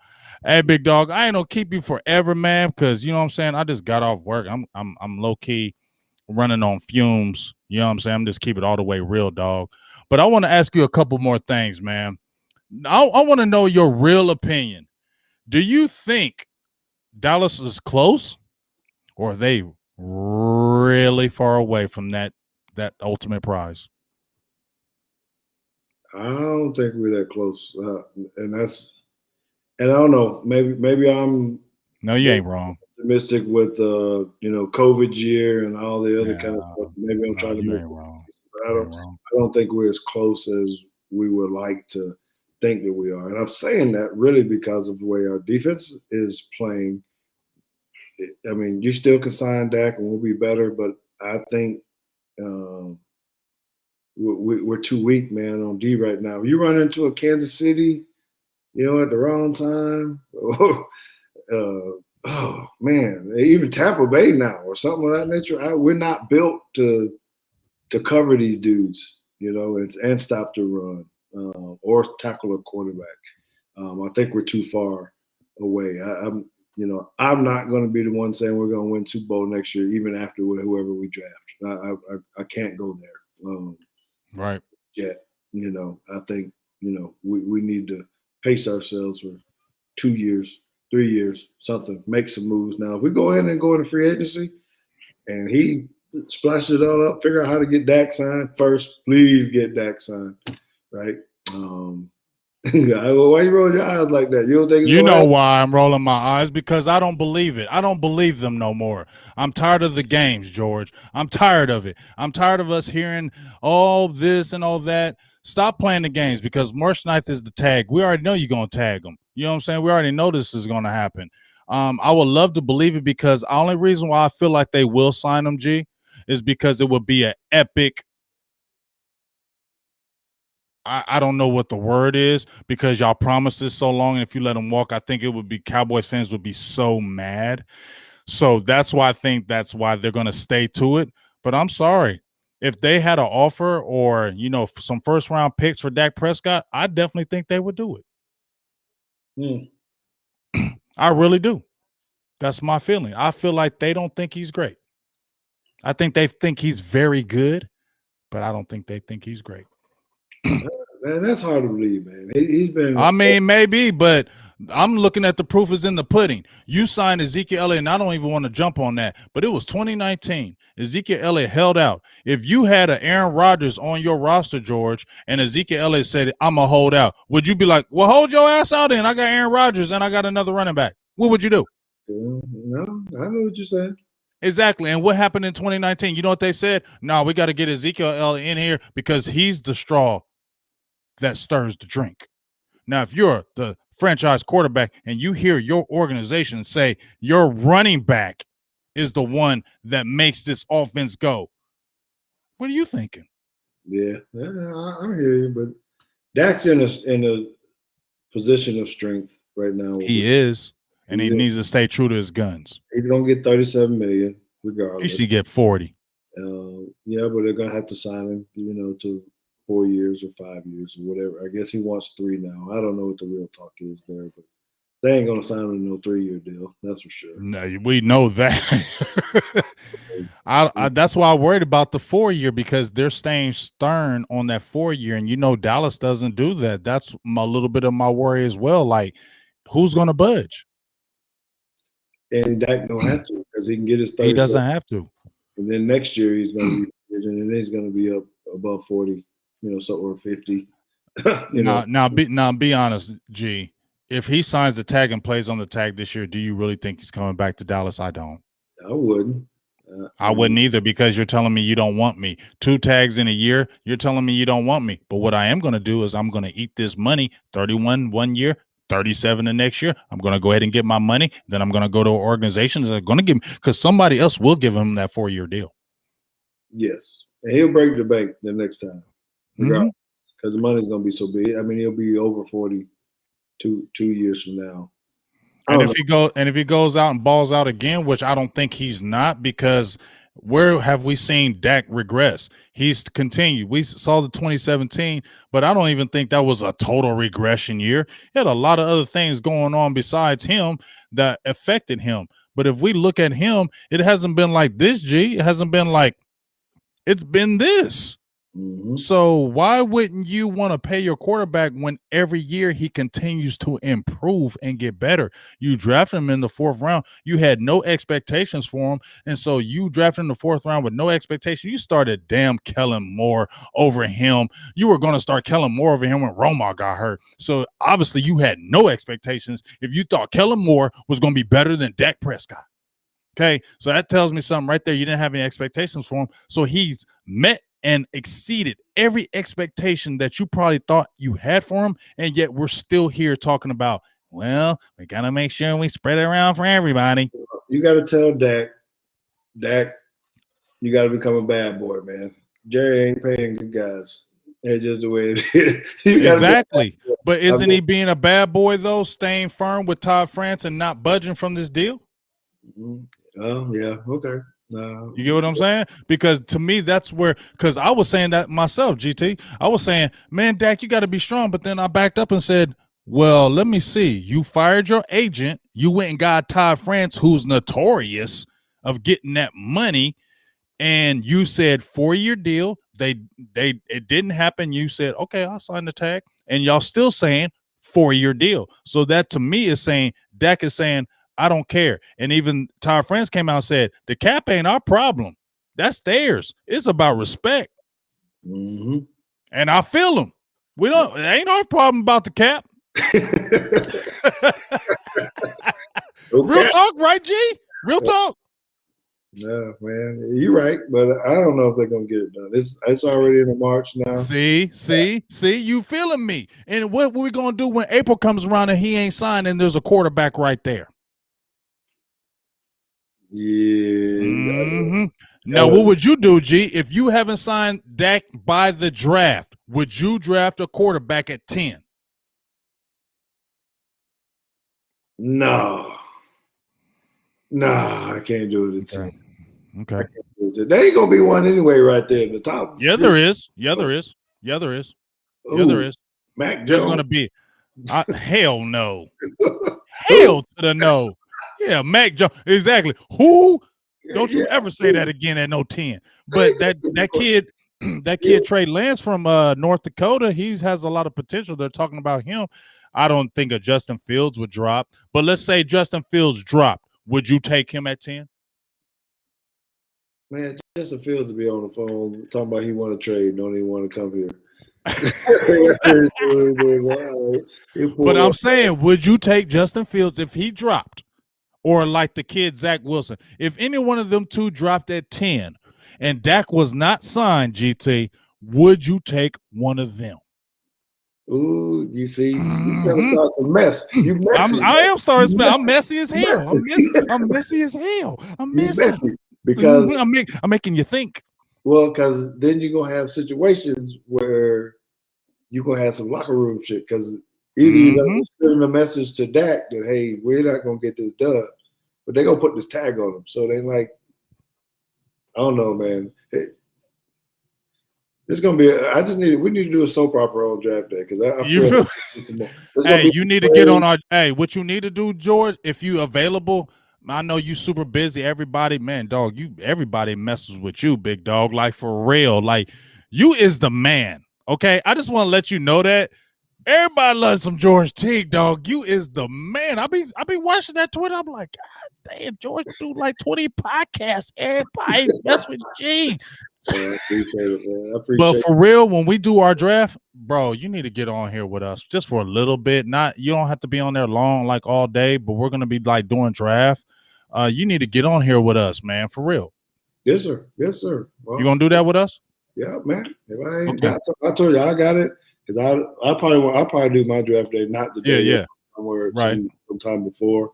And right. Last time I had it, maybe we can have I'll be with you. Maybe I can be one of the ones. I can be your Mel Kiper type of dude where I can just. Yes, I'm down with that, dog. Well, I think it's next. I had a good time doing that last year for the first time, just kind of, going through it. And a lot of them was right, but I had them moments like, all right, what are the Cowboys going to do? Who else is going to pick what? But I don't know. We'll see. Yes, sir. Yeah. Well, we definitely got to make that happen. You know what I'm saying? Wiggle Bell, be quiet. I'm letting George talk. Hush your mouth. Yes, yes, you know what I'm saying? Me and George is cool, okay? So you just go on about your business. That's right. He gonna give my Teague Talk segment, where I just have my monologue where I can go off like he did or there's always some hot topics every week, man.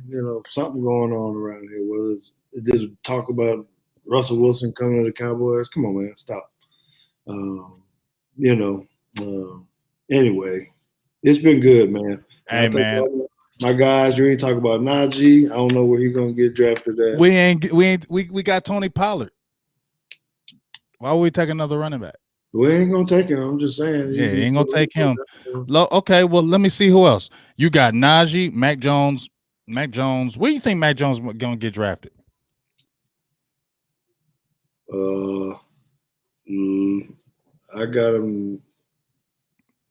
I mean, I got everybody. I'm sorry. I do have one guy getting all the way down to sixth round. Six round. I got one guy going third or fourth. Mac is. I ain't getting enough about him, man, because it seems like people are rating him all over the place. Now, I like him. I don't think he's definitely not a mid to upper first round guy. Can he sneak in late? I think he'd be lucky to go second or third round. A lot of people got him on the board as a first round draft pick, though. I don't think he's a first rounder. I don't either. I got him on my sheet as a second round pick. Yeah, I don't feel like he's a second rounder. I think he's more of a third to me because let him develop. I just let him develop. Now, here's the thing. I got someone took Jordan Love in the first round. They had to start. Oh Lord, I wanted to throw up on that pick. But I got a couple people got some questions for you, George. Ready Red, my guy, says, George, who did you like playing with better between Woodson or Butler? Which Butler? Leroy Butler. From Green Bay. Leroy was a dog. I gotta give it. Leroy was a dog. Yeah, and they were different style players. So when you ask me that, which one I like playing better, Leroy was. I'm going to use this equivalence a little bit. He was a little bit more Polamalu-ish. He needed to be around the line of scrimmage like Darren Woodson, but he was a big-time blitzer, going in, creating havoc. He wasn't really your cover guy. Okay, so I'm going to preface my answer with that. So he had the strengths for our team that we knew we had to play around, right?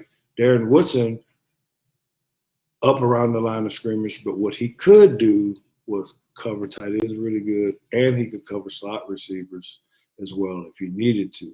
So personally, I, as a free safety, liked him being able to cover slot some of the time because I wouldn't have to do it all the time. But so there was a different strength or camaraderie where my help tended to be in Green Bay was more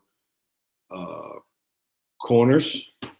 In Green Bay, more of my help was always relied upon because we had Dion and Kevin Smith.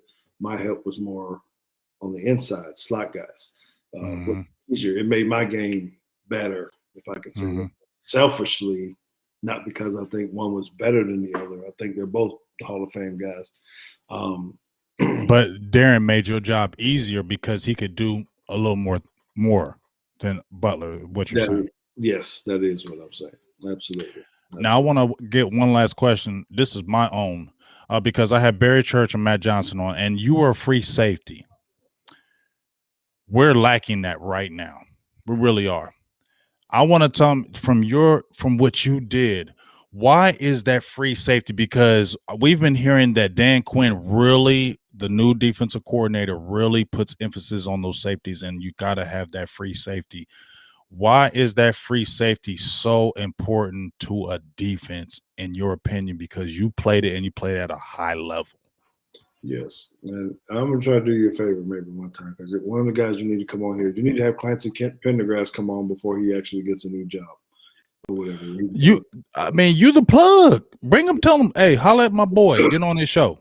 Because one of the things that we're talking about, he's a good secondary guy. Of course, he's been a coordinator and all that. And one of the things that we talked about and what the importance of a free safety in the National Football League goes into more than just cover skills and all that. But you have to have someone that when you're evaluating, you've got to get into their mind, into their psyche. Are they really – we throw it around too much when we're saying free safeties have to be quarterbacks of the defense. What does that mean, really? I was responsible to make sure Dan Woodson had his ass where he's supposed to be. You go over here, you got this, Dion, you got this, don't do that. You're dealing with different personalities, and now you're dealing with Diggs and whoever else, and you got to get these people lined up. And if something's not right, that free safety needs to run up to the linebacker or all the way to the front to the defense end and says, y'all aren't getting this shit done. We're getting too much time back here. We can't cover these dudes this long, right? And that you got to have someone that's semi-vocal, right? But also has the knowledge. So me, Dexter Coakley, other guys. I could listen to them. I was listening to what they're saying. And one, the free safety, he needs to make them right. Mm-hmm. Does that make sense? I got to make them right. Mm-hmm. We might have called the wrong stuff. I got to fix the back end to match, or I let him be wrong, and then I'll try to be right, and then that makes us all wrong. And then all of a sudden, we're all looking at each other like, right. And it's a big I called the such and such, and he didn't. And now I see that, there's no cover up for people, and your free safety. So not only does he got to be a hitter, he got to be able to cover from sideline to sideline, not hash to hash. Those hash marks are real close to each other in the NFL. You got to go sideline to sideline, not even numbers to numbers. You got to get outside the numbers. They're too tight, right? You got to have someone that can do that. You got to have someone that can get downhill, but you got to have someone that knows what those front guys are doing it too. And I prided myself on that, and I played around other guys. And that's how you get the back end playing well. Charlie Williams, good friend of mine. Mm-hmm. He was a cornerback as well. He won't mind me saying this about him, but it was a mistake he made in one of the games, right? And I could see him that he's not. I'm paying attention. I'd have made the check, right? They go in trips over there. I'm making the check. He ain't hear me, right? So I'm literally about have to go over there and run and grab him by the damn face mask. I was checking the man. He had to cover the guy man, right? It's loud or whatever, you can't hear. So this is why I'm putting this on the free safety to be able to make sure they got the call, because he's away from the coaches. So no one can tell him he's locked in. Well, he don't cover the dude.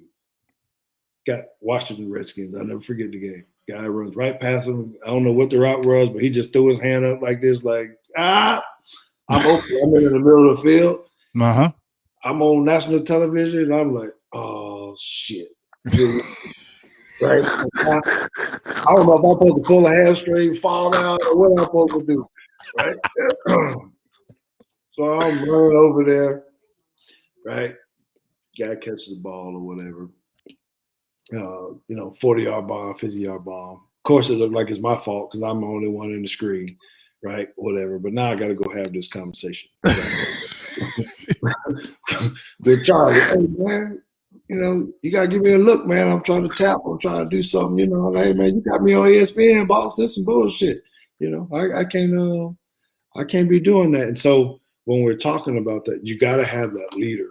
That's all I'm trying to say, to be able to get right and understand where people are supposed to be. And right now, I think people are just trying to take care of their own business and not playing team football. All right, I'm done. That's my soapbox. That's my tea talk for a minute. Right? No. I love that soapbox because I want to hear that, because even when I had Barry and him on Barry Church, he said something to me yesterday. He said he was saying the same thing you were saying, G. He was saying that communication, talking to I got to let my cornerback know on the flats what he's looking at. And one of the things he said to me that stood out, he said, when I was watching them, when they would break the huddle, I never saw them talking to each other. I never saw communication. He said that bothered me because they're not even talking on the field with each other. You get what I'm saying? And I'm listening to him, and then I hear you. When you're in the huddle, right? The call's made. When y'all break the huddle, are the calls inside there, or when you break the huddle, are you looking at, okay, this is the call I need to make because this is the offense right now? Does the linebacker make the call and you make the call off of him? How does that coincide with the linebacker making calls? He's making calls up front, you're making calls up back. How does that kind of coincide? I want people to understand this. I need to understand this. So typically when you're looking at the sideline, everybody's looking at the sideline. The defense can get kind of muddle huddle, but not really. With the way the speed of the game now, most people aren't really getting too close, right? Just because they can snap the ball way too fast. So you're looking over there. I'm looking at the secondary coach or whoever's making the secondary call. The linebackers are looking to try to get the front and the linebacker call. The free safety also has to know if there's something that can make the linebacker change the call based upon the formation, right? So they give me a coverage. It might have three. Literally, it could have three coverages. We could be, if it's this set is 2, they come out in trips, then it goes to 3, and if they got empty or something, it might go to man. All right, so that's the the gist of it and it's simple. But I got to know what the front is. Is it a blitz? Is it a stunt? Is it something else, right? Mm-hmm. So now linebackers got that. They don't get the coverage call. They just get the front. So I have to relay to them. So Coakley, the linebacker, Van Der Esch is going to yell out whatever, Eagle, side left, something, right? Mm-hmm. And then I'm going to yell out the back end, all right? 2 rock, whatever. So now the linebackers know, okay, it's cover 2, but we might check the rock, right? But now I got to listen to the linebacker because he might have to change it if the running back moves, which they do. People move all the time, motion. So now the linebacker starts yelling at those guys in the front, hey, move over here. At the same time, he has to be listening to me because I might have to change the coverage at the same time he's doing it. We might be moving, so there's chaos, right? So everybody has to be listening, and sometimes that's why that safety can't be 17 yards deep, 20 yards deep, because it's got to be a earshot for me to say, hey, it's rock, it's rock, it's rock. Okay, and so now we had our own deals. When you hear me, just tap yourself on the ass. That's all I need. Just tap so I know that you heard me. Because if you don't, I'm panicking. I don't know, did you get the call or not? But that's friendship. That's buddy. We're basically saying, okay, I'm good. I ain't going to look at you. I'm just going to give you, all right. Shut up. We're good. So that's a critical piece that happens during the play or right before the snap that we all look, we got it, we go back. And that's where Andy Reid and all them kind of try to screw you. They go motion and you're going back and you're flipping the tight end and you move some guys over. So your coordinator also has to say, don't worry about all that bullshit. This is what we're playing. Got you. Let them move all they want because all they're going to try to do is get you to set the. They know we like to put the 3 technique to the tight end. So we're going to let you go. Then they're going to move the tight end over there. Then you're going to move the lineman. Then they're going to send the wide receiver over here on the other side because they know you want to put that corner over on the other side. So quit thinking about all that. Just know it's 3, and what they literally call it, stay and play it, right? Just quit. Don't overthink the stuff. Just play this deal and move the lineman just a little bit if we need to. So it gets complicated up there, and that's where it gets back into this piece. If you don't have a back end person that can really understand motions and movement and get people lined up, well, then your defense plays the way it's been playing now. Yeah, y'all do need to get some likes, man. Why y'all tripping out here in these like button, man? It's a bull job. Hey, man, yeah, man. This is hey, tell them you spitting that. This man is spitting that knowledge, dog. Y'all ain't hearing this nowhere else. Y'all be talking about all this stuff.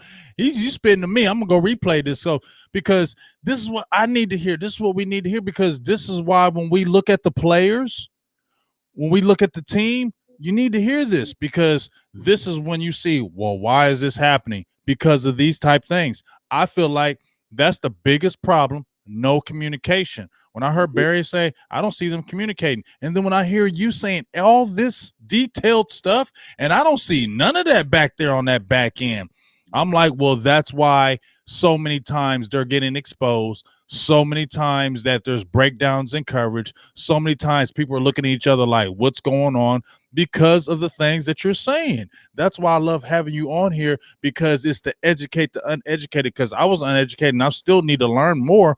But that's why I love having you on here because it helps teach me and help me understand more things. So when I'm looking there on the field, I'm like, G told me about this. That's right.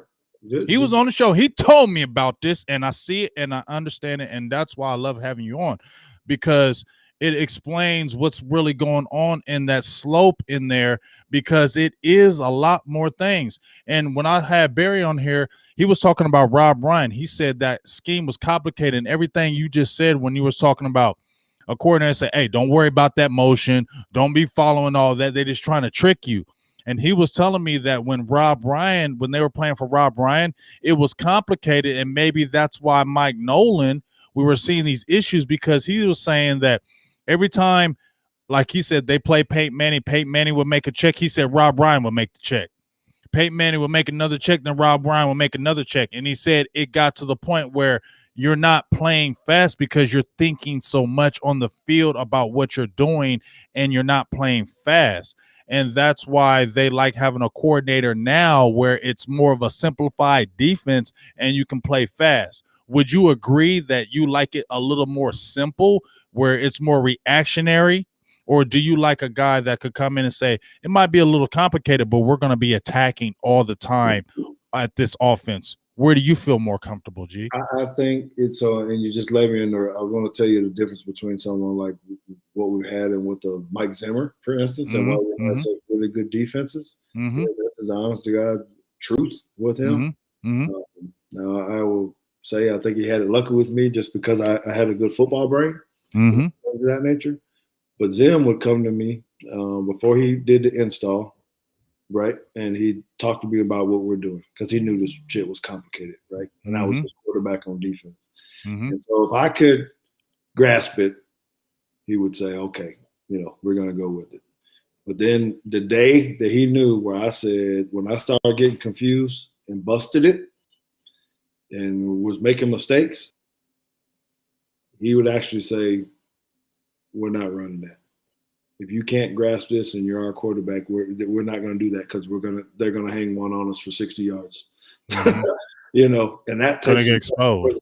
That's our guts from the coordinator to say, okay, maybe this is too much. This is perfect on a piece of paper. I got it right here. I can draw it up on the screen and it works perfectly. But if you can't grasp that that's tackled over and they're going to go in motion this way, and then we need the linebackers to move over, and now you need to move the secondary over this way, and you got to call Jack or something else. When that gets too much smoke, coming out of the free safety's head, he was like, it ain't worth it because that's going to be a catastrophe, when it's going to look bad on the secondary. So what I think you have to find that good mix. You can't be so vanilla. Maybe we were too vanilla on our defense last year. I know we were saying that we were maybe too complicated at first, and maybe some of that, and then you kind of backed off some because we talked about whether players smart, are they dumb, but they can't grasp it. Do you think we have smart defensive players though? No. Neither do I. I think the football IQ is very lacking. And I think that's one of the problems. Like, just listen to what you said. You said you had a football mind. I do think that is lacking, and that's why the team was getting gashed. That's why too many bad plays were happening. Number one, you have to study. If you're talking about, and I understand it was COVID and they were trying to do multiple fronts, and I understand all that, but you still got to study. You still got to be in that playbook. You got to know those things. And when I just watched the tape, I just saw too much confusion. I saw too many things where people weren't knowing what was going on. And I feel like when you don't know what's going on with the offense and they keep faking you out, I feel like that's studying. That's just my opinion, G. I could be totally wrong on that. But when you're in that film room and you're by yourself and you're studying this quarterback, you're going to know tendencies. You're going to understand tendencies of what they're going to do. But when you're not in that film room and when you're not studying, that's how they can easily ball fake you. That's how they can easily kill you with play action. That's how they can get you, because those coordinators are sitting over there like, let's run this play and see what he does. He kind of bit that. Okay, we'll hit it. We did it the first quarter. We're going to come back in the third quarter when they're not thinking about it. We're going to run that same damn play because he fell for it. And we didn't go to that running back this play, but we're going to hit it in that third quarter because he fell for it, and we're going to come back to it when we need it, and it's going to work. And I feel like that's what happens with us. Yes, I think you're right. And I think that I'll be willing to bet that guys aren't watching film together, even if in a room where we can play off each other and make minor adjustments that coaches aren't even telling you to do. Right. About how did me and Woody play so well together, or me, even Prime. Did I ever tell you, when I played with Tell Deion, me. Deion would always say, so me, Prime, and Mike Zimmer were sitting in a meeting together. Zimmer had the whiteboard up. He said, okay, George, on this coverage, I need you to do this, get back here in the middle third, whatever. Dion took the dry erase marker, erased it. Said, George, on that coverage, I need you right here. You know, and then Zim would say, no, don't do that, George. He put it right here. And Dion would say, no, I need you over here. So now, you know, that was his way of communicating and say, hey, we're going to get this done this way. And then we had a sidebar talk. And he said, George, I'm going to make him throw the ball where Zim is telling him to do that. And I'm going to run it down. And I'm going to catch it. We're going to bait him. We're going to bait him to throw that. Right? So you sit there. It'll be good for you because if he throws that, it's an interception for you. If you sit back there, he ain't going to throw the ball at all, then I'm bored and you bored, and they throw the ball over there. So we don't make no money. You know, that's how he told me. So we don't make no money. We make money off getting interceptions and making plays on the ball. He said, so you jump this dig, and I promise you, George, you're going to think you're beat, but I got your back. I will go make the play. If I don't, I'm going to buy your Rolex or whatever else. And I said, okay, then I got it. So I would be sitting short a lot of times in the film. And Zim would come over there. You got to let him. He's going to get you messed up. You quit doing that, this and that. Sure enough, in the game, sooner or later, like you said, they said, all right, third quarter, we're going to get Mr. Teague because he keep running his little butt up there. And they hang one over my head. And I'm looking, and all I'm thinking is, oh, shit. But then I look, and I see Dion. He goes, time. Snatch the ball, come back, high step it the other way. I'm like, oh, yes. And then the end of the story, Zim comes over, whispers, he's happy and stuff, but he gets in my ear, so can't nobody hear. Say, you know, you lucky as hell, right? I was like, hey, man, I just told you. I just told you, man. We got this. But hey, tell me how smart of a player Dion was, man. Like, people talk about his athletic ability, and we knew it was all world. But talk about his mind, man, because that dude, I mean, how smart was he on the field, man? Football brain is ridiculous. He knew. He watched. He was the leader of technology. He probably would never ever tell you this. He had some kind of little machine that he had built or made or something. He'd watch film. He was always goofing off in the meetings, and people were like, man, you ain't watching no damn film, you know. But he was just playful and all this kind of stuff. And then I started seeing he had his own little gadget thing that he would do. And he would always come and say, hey, T, you know what? When he got this foot up and he got that hand like this is what he's going to run. You know, you're going to do this. Yep. And we look, and he find tendencies like that. So he said, hey, I'm just going to bait this dude, man. So I'm going to let him run, and I'm going to, you know, then they're going to throw it, and I'm going to intercept it. And so he was very, very smart from that, where the term I've now put on it is calculated risk. He gambled. He took calculated risk that, hey, if they do this and they got this formation, and that's how we got so good. That's how I got. That's how I got interceptions. And people would say, man, how do you know where the ball was going? Well, you know what? They lined up over there. They always throw the ball over here. I just need to bait him. As soon as he turns back and look, I'm going to go. That's how Dion was. I learned that a lot from our guys here, more than I did at any other place, of setting people up, because they were very, very smart football. So did he ever play that? Because I know he had some injuries, but did he ever play that, oh, I'm hurt, so you can, oh, Dion hurt, so let's go at him, and then he'd be like, got you, interception. Did you ever do that? Dion ain't never had no turf toe. He'll tell you, he ain't had no damn turf toe.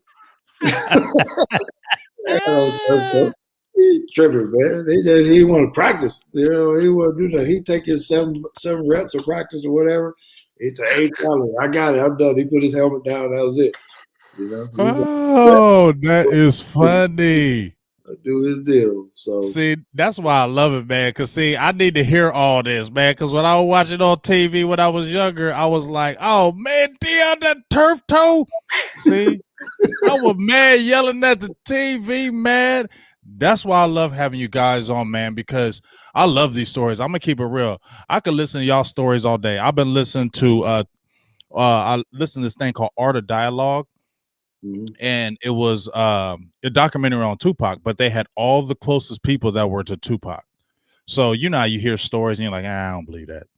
But these were authentic, like these were deep stories. And so I'm glued to it, G. I'm like, listen to every story, playing, be quiet. I want to hear this. Don't talk to me. That's why I am right now. When I listen to you guys, I soak it up because I respect, number one, what you guys do. It's not an easy thing to be out there on the field and all those assignments, calls, everything. But to really watch you guys from afar and then to have you on and then break it down to me, that's awesome. That's why I love having you guys on, because like I said, it educates me so I can be able to see things on the field that you guys are saying. So when I'm seeing it, I might have the knowledge of it, but when I got a professional on here telling me about it, it gives a more validation to what I'm seeing when you're kind of telling me as well. So that's why I love having you on here. I love you as a person.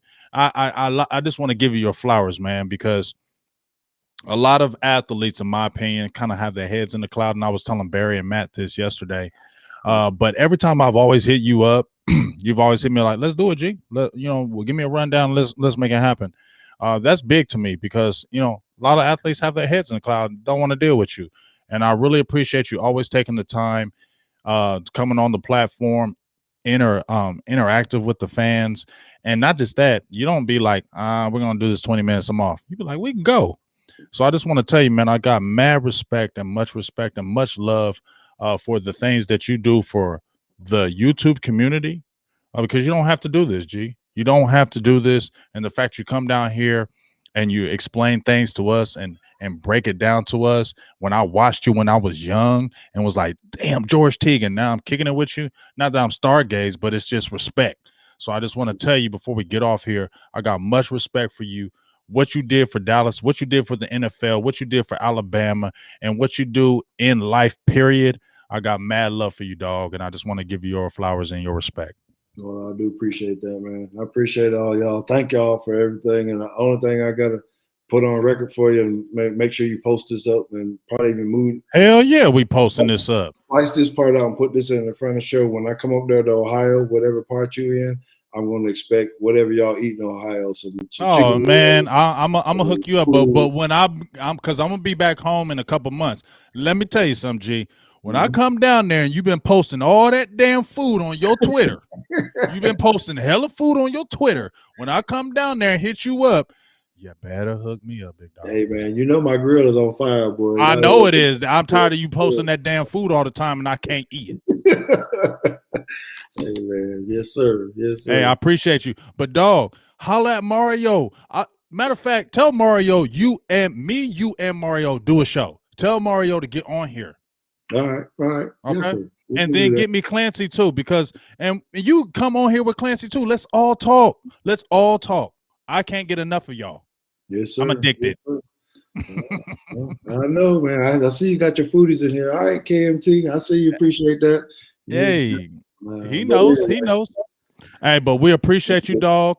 Man, like I said, man, I just thank you for coming on here. I hit you up. You came right on, and man, this knowledge was awesome, man. So keep on doing your thing.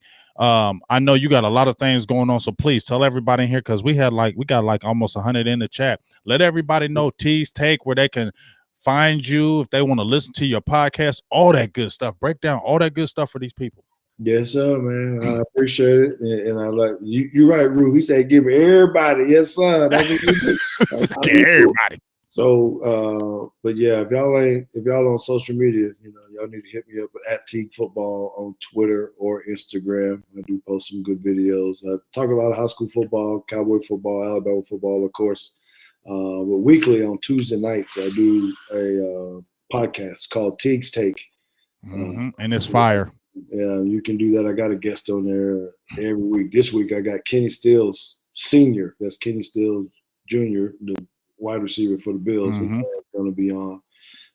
We kind of have them on for a half hour or so, and then we typically talk about some hot topics around it. Just bloviate, me and my son. It's kind of cool. It's really cool. So y'all can be part of that. Just give me a follow, man. We shoot every week. And every now and again I post some more. it looks like I need to do some more with Big G. We need to do some special shows. Yeah, we need to keep on doing this because I love when you come on, man. I have great talks with you, and it's just awesome. But like I said, hey, bring some of them guys on with you, man, and let's just keep on kicking it and spreading the knowledge and the word so people can understand more of what you guys bring to the table. And got mad love for you, dog, man. You're an awesome dude, man. And everybody in this feed, I need a fire emojis for George get off of here. Give me all these damn fire emojis because this was a great talk today. You better give a whole hell of a lot of them because if you're in this feed, I need to see that shit. Excuse my language. Right. All right, man. But I'm going to let you go. We're going to talk again. You know we are. But yeah, man, throw that stuff out in the air, man, and bring some of them guys on with you so we can talk some even more deeper stuff about this game and the draft, all that good stuff. All right. All right, man. Well, I'll catch up with you later, boss. I appreciate you. Salutes, man. Yep. Appreciate you. Peace. All right. Fire emojis, man. I love some George Teague. George Teague, I love you. You was a dog, man. George is so cool, man. He just cool peoples, man. Had two back-to-back fires. Fire in the hole. Fires, man. And like I said, man, we're gonna get he's gonna jump out there and get Clancy for us, and we get Mario on here with him, and we're gonna just keep on doing this thing, man, and grinding, getting all that knowledge out there, that good stuff, so we can learn and understand things and see things on the field. And we're just gonna keep on getting these players and media people so we can continue to, educate. Myself too. I don't know all the answers. I sure don't. So when these guys come on there, I'll be soaking it up too, for real. Because it's just an awesome thing. So, man, I appreciate all you guys that were in the building today. Great people in the chat. Sorry I didn't get to answer maybe some questions from you guys, but I ain't gonna lie, I was just all into what he was saying, man. Just really listen to what he was saying. So he kind of got me stargazing, like, okay, what happened, George? What happened on that play? What Dion do? I'm like, damn, dog, you sound like a groupie now. Calm down. But damn, man, it's dope, man. Like the stuff is dope, man. It just really is. I can't front. But I really love you guys, man. I really appreciate you guys being in the building again. Tomorrow is Thursday, so that's Burgers and Blitzes. My dog Mike White, he had a fire. We had a fire episode last week. Mike went ham, but he was speaking all truths. Let's keep it real. Like, Mike might be a little edgy, but he does speak a lot of truths, man. And I love the Burgers and Blitzes and it's so funny because Mike will be like, okay, I don't want to do that. And I'm like, bro, it's okay. He's like, I don't want to be a Debbie Downer. I'm like, it's okay. Just speak, just talk. He's like, okay. So, I mean, he brings a lot of knowledge, and what he was talking about last week was fire, man. So, we're doing the Burgers and Blitzes again tomorrow. My dog, Boss Cowboys, was in here. Law Nation was in here. Shout out to my dogs. I didn't get to talk to y'all in here, but shout out to my dog, Law Nation, my dog for life. Boss Cowboys, you already know we do. That's my PNC from the DF Dub. 817, baby. And we're doing that Saturday all night. Me and Boss Cowboys, Mike White tomorrow with the Burgers and Blitzes.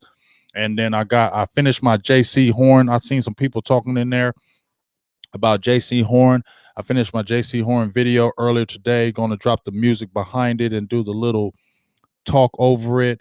And make sure you check out that video. Give it a like if you like. Coach J Film Day. And then we got some more guys, coming behind them, and as we get ready and prepare for this draft. So, dropping that JC Horn, it's finished. I just got to drop the music and the vocals to it. I sound like I'm a rapper and shit. I just got to drop the music and the vocals to it. But yeah, just got to drop all that stuff and I push it out.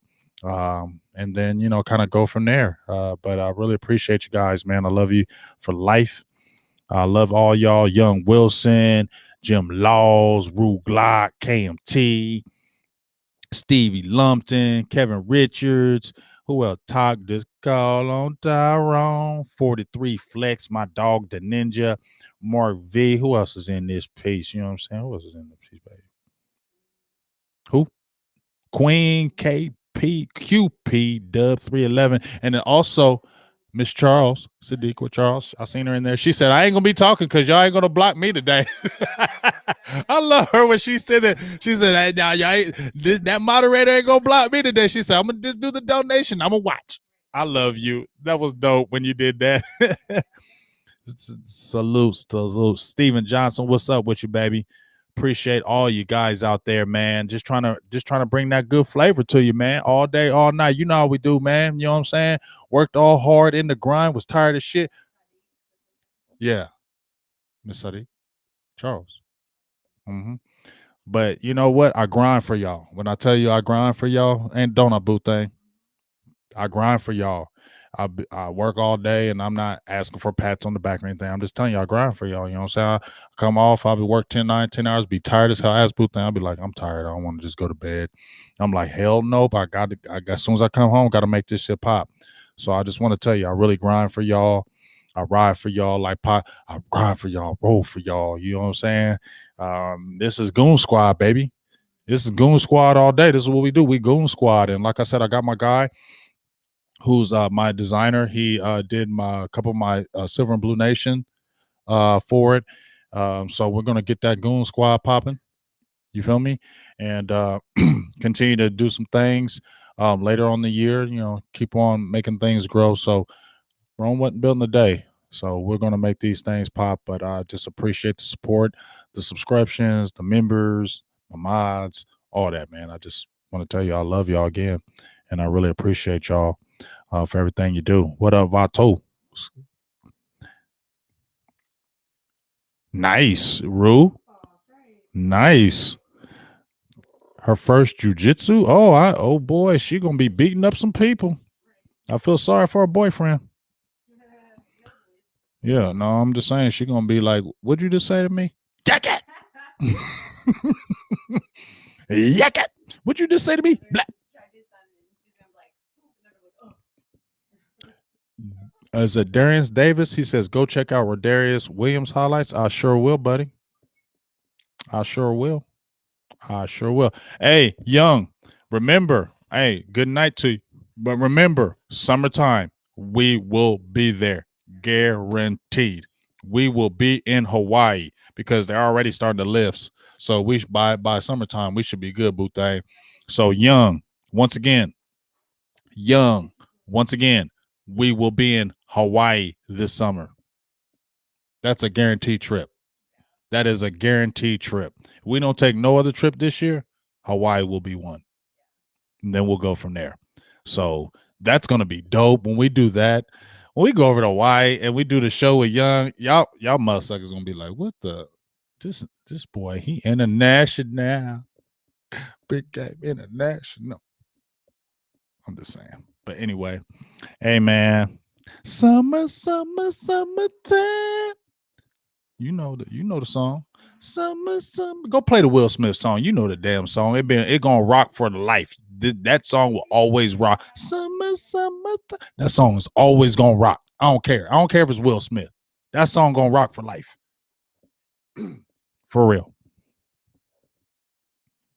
Yo, BGJ, your boy 9 Dime was on Lost Shoulder. Hey, I love when 9 Dime comes in. He be like, 9 Dime. You just too cool. But hey, I'm about to get off here because I need some sleep. Long work day tomorrow. Got the show tomorrow as soon as I get to the crib off of work with Burgers and Blitzes with my guy Mike. As long as everything's good with that. And you know what it is. We're going to be talking more Cowboys football. So let's get ready. Continue to get prepared for this draft. Hopefully good things are in sight for Dak Prescott. I ain't holding my breath. But we'll see. All right. But you know what it is. Silver and Blue Nation. Big game mother sucking James. Say that again. Silver Blue Nation. Big game mother sucking James. And my Goon Squad peoples. Goon Squad. That's our name. Goon Squad. That's our name. This design's gonna be hot. That design gonna be hot as shit. Goon Squad. Y'all gonna be wearing that shit proud. They'll be like, Goon Squad, who the hell is that? I bet you like to know, go sub and you'll find out. you can be a member too. You want to be a member of the Goon Squad? See this shirt? Get on that damn Silver Blue Nation. You be a member of that Goon Squad, baby. You know what I'm saying? So I'm out. I love y'all. Talk to y'all tomorrow.